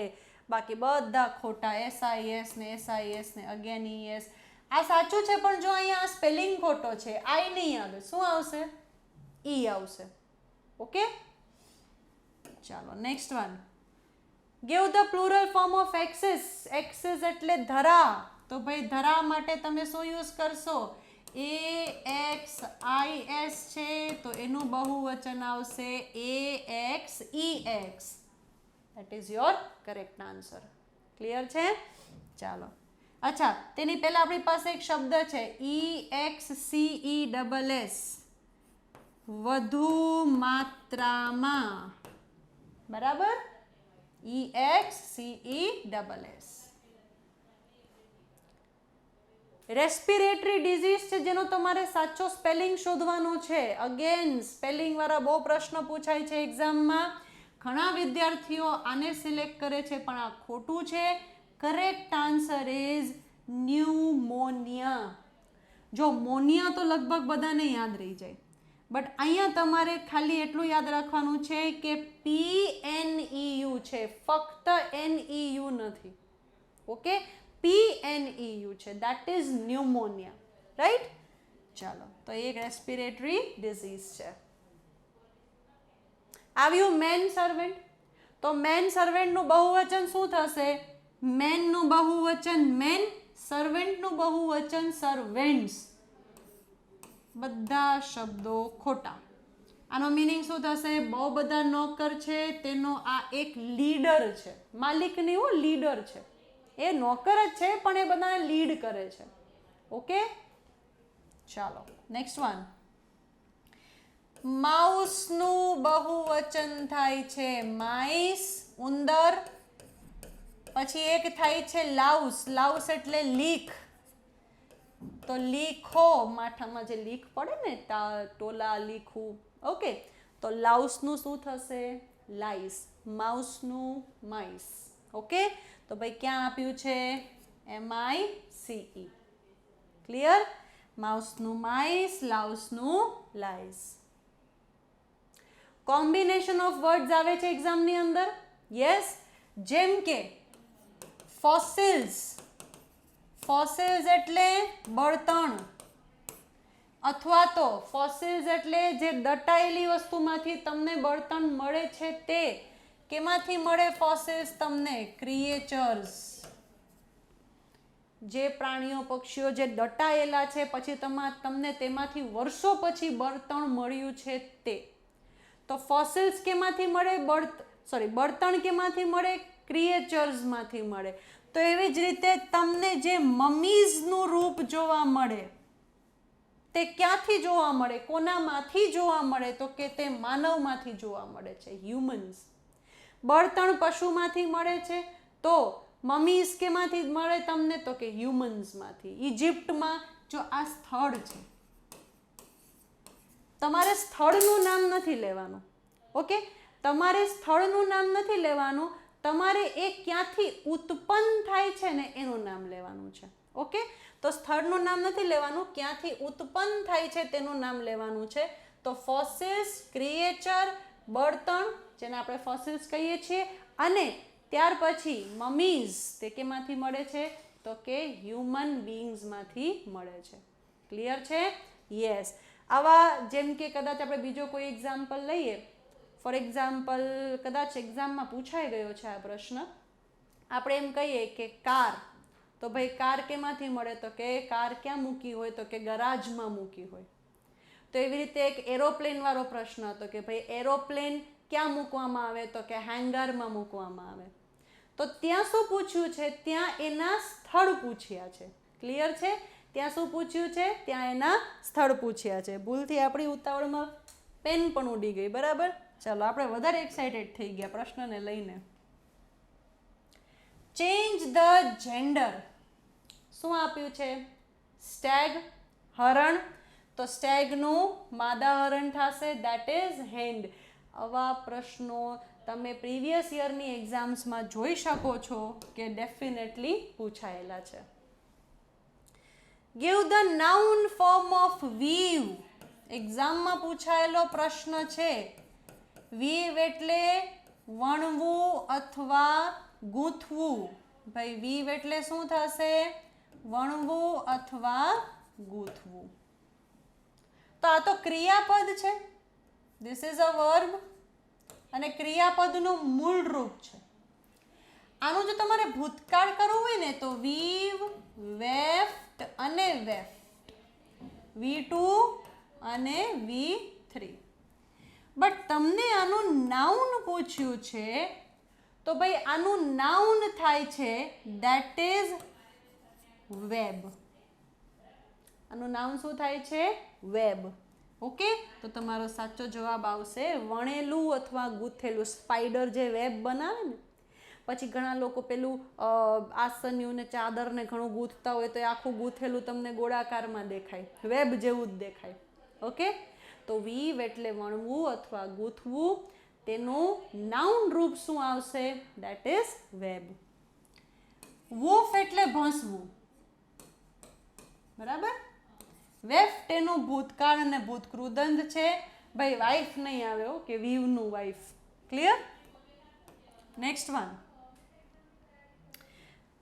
ફરી પાછું અહીંયા શું દર્શાવવામાં આવ્યું છે? અહીંયા શું દર્શાવવામાં? તમને માલિકી દર્શાવવામાં આવી છે. જ્યાં ઓલરેડી એસનો ઉપયોગ થયો છે તેમાં ફક્ત અપોસ્ટ્રોફી મૂકવાનો રહેશે.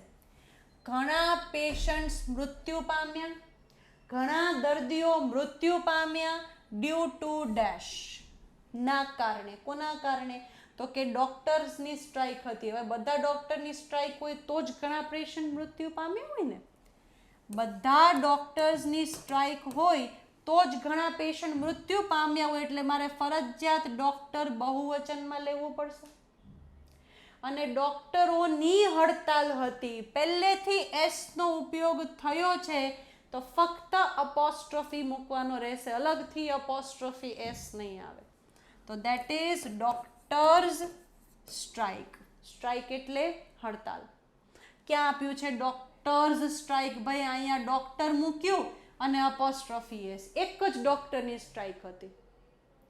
એક જ ડોક્ટરની સ્ટ્રાઇક હોય તો આટલા બધા પેશન્ટ મૃત્યુ પામે નહીં, બીજા ડોક્ટર્સ તો અવેલેબલ હોય ને. ખાલી ડોક્ટર સ્ટ્રાઇક, નો ની નું ના કંઈ નહીં, બધા ડોક્ટરોની હડતાલ હતી, જે તમારો સાચો જવાબ છે. ક્લિયર છે? Yes, option she is your correct answer. A dash is an unmarried mature woman. બરાબર, જે અનમેરિડ છે અને ઉંમરલાયક સ્ત્રી છે. ઉંમરલાયક સ્ત્રી જેના લગ્ન થયા નથી તેને આપણે કહીએ છીએ સ્પિનસ્ટર. ઓકે, અને ફક્ત અનમેરિડ વુમન અથવા ગર્લ હોય, ઉંમરલાયક ના હોય, તે કુંવારી હોય, ઓકે, તો તેને કહેવાય છે બેચલોરેટ.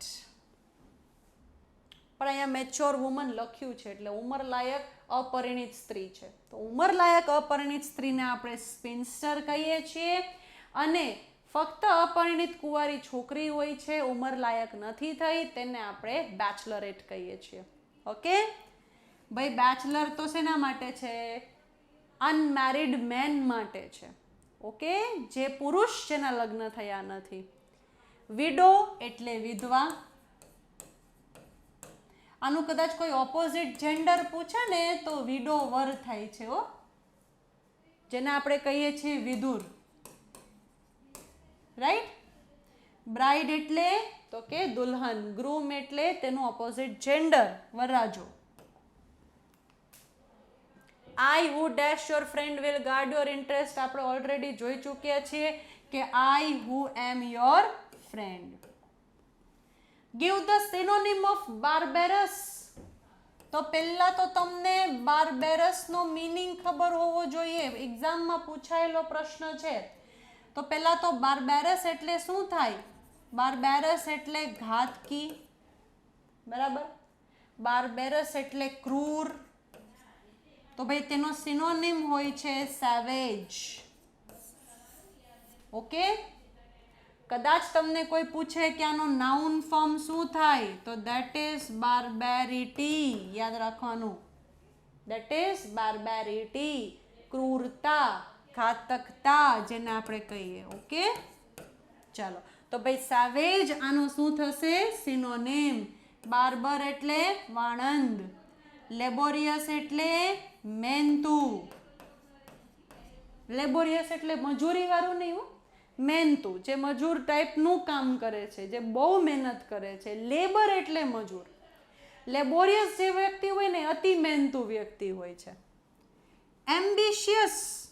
એમ્બિશિયસ કોને કહેવાય? જેના જીવનમાં બહુ બધા લક્ષ્યો હોય છે, જે લક્ષ્યને જોઈને જ તેના પ્રમાણે ચાલે છે. બરાબર, જેના જીવનમાં બહુ બધા એમ્બિશન્સ હોય છે અને તે તેને જ ફોલો કરે છે.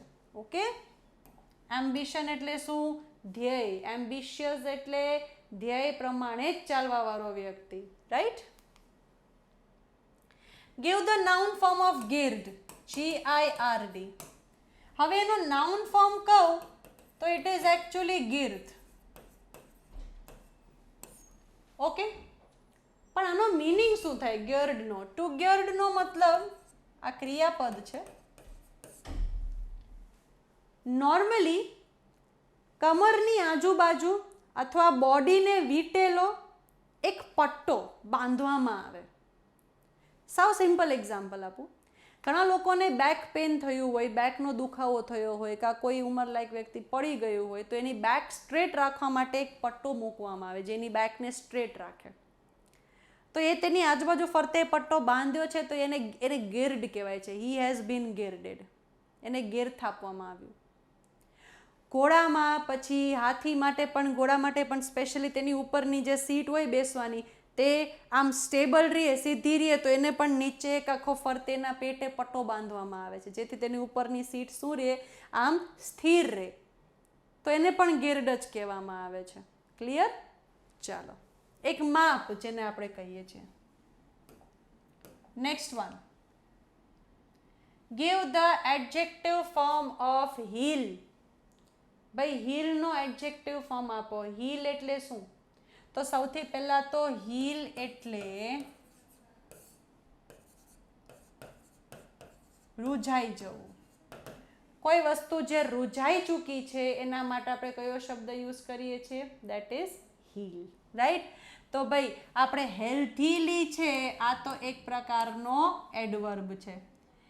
હેલ એટલે તો નરક કહેવાય છે ભાઈ. હેલ આ પ્રકારનો એક એડજેક્ટિવ શબ્દ છે. હેલ્ધી એટલે એડજેક્ટિવ. હવે હેલ્ધી પહેલા તો આ સ્પેલિંગ જ ખોટો છે. હેલ્ધી એટલે સ્વસ્થ, બરાબર? હેલ આનો શું થશે? એડજેક્ટિવ. એડજેક્ટિવ એટલે તો કે વિશેષણ. Give the adjective form of heal. Heal એટલે રૂઝાઈ જવું અને હેલ એટલે તો કે રૂઝ અથવા રૂઝાયેલું, બરાબર? રૂઝ અથવા રૂઝાયેલું. ક્લિયર? ચાલો આપણે નેક્સ્ટ લઈએ. Change the gender. Gender change કરવાનું છે તો ભાઈ ડકનું જેન્ડર ચેન્જ શું થશે? તો ભાઈ ડકનું જેન્ડર ચેન્જ થશે, દેટ ઇઝ ડ્રેક. ઓકે? ડક માદા બતક, ડ્રેક નર બતક, રાઈટ? ડક માદા બતક તો ડ્રેક નર બતક, યાદ રાખજો. ઓકે? અને ડકલિન તો બતકનું બચ્ચું, બરાબર? ડકલિન એટલે શું થશે? બતકનું બચ્ચું. ડચ તો કે ભાઈ ડચ તો ભાષા બોલવામાં આવે છે, સ્થળ છે. ડ્યુક તો ભાઈ ડ્યુક કોણ હોય? તો કે ભાઈ ડ્યુક એટલે જે હાયરાર્કીમાં સૌથી ઉપરી જેની પોઝિશન હોય છે, અથવા તો ઠાકરનું જે આપણે કહીએ કે મહંત અથવા પતિ હોય છે, દેટ ઇઝ ડ્યુક. કોઈ પણ, ફોર એક્ઝામ્પલ હું એમ કહું કે એક આખું ગ્રુપ છે અથવા એક આખી કમ્યુનિટી છે, એમનો રાજા કોણ છે? તો એને આપણે ડ્યુક કહીશું. હાયરાર્કીમાં સૌથી ઊંચું જેનો હોદ્દો હોય છે તેને આપણે ડ્યુક કહીએ છીએ. ક્લિયર? ચાલો, તો ડિયર સ્ટુડન્ટ્સ, અહીંયા આપણે કમ્પ્લીટ કર્યા સબ્જેક્ટ વર્બ એગ્રીમેન્ટ અને નાઉન રિલેટેડ એક્ઝામમાં પૂછાઈ શકાય તેવા અપવાદો સાથેના ઘણા બધા નિયમો. આવા જ બીજા હજી ચેપ્ટરના સેક્શન વાઇઝ અથવા પાર્ટ વાઇઝ નિયમો સાથે આપણે ફરી મળીશું આપણા નેક્સ્ટ સેશનની અંદર. Till then continue watching GPSC Online YouTube Grammar. Thank you very much.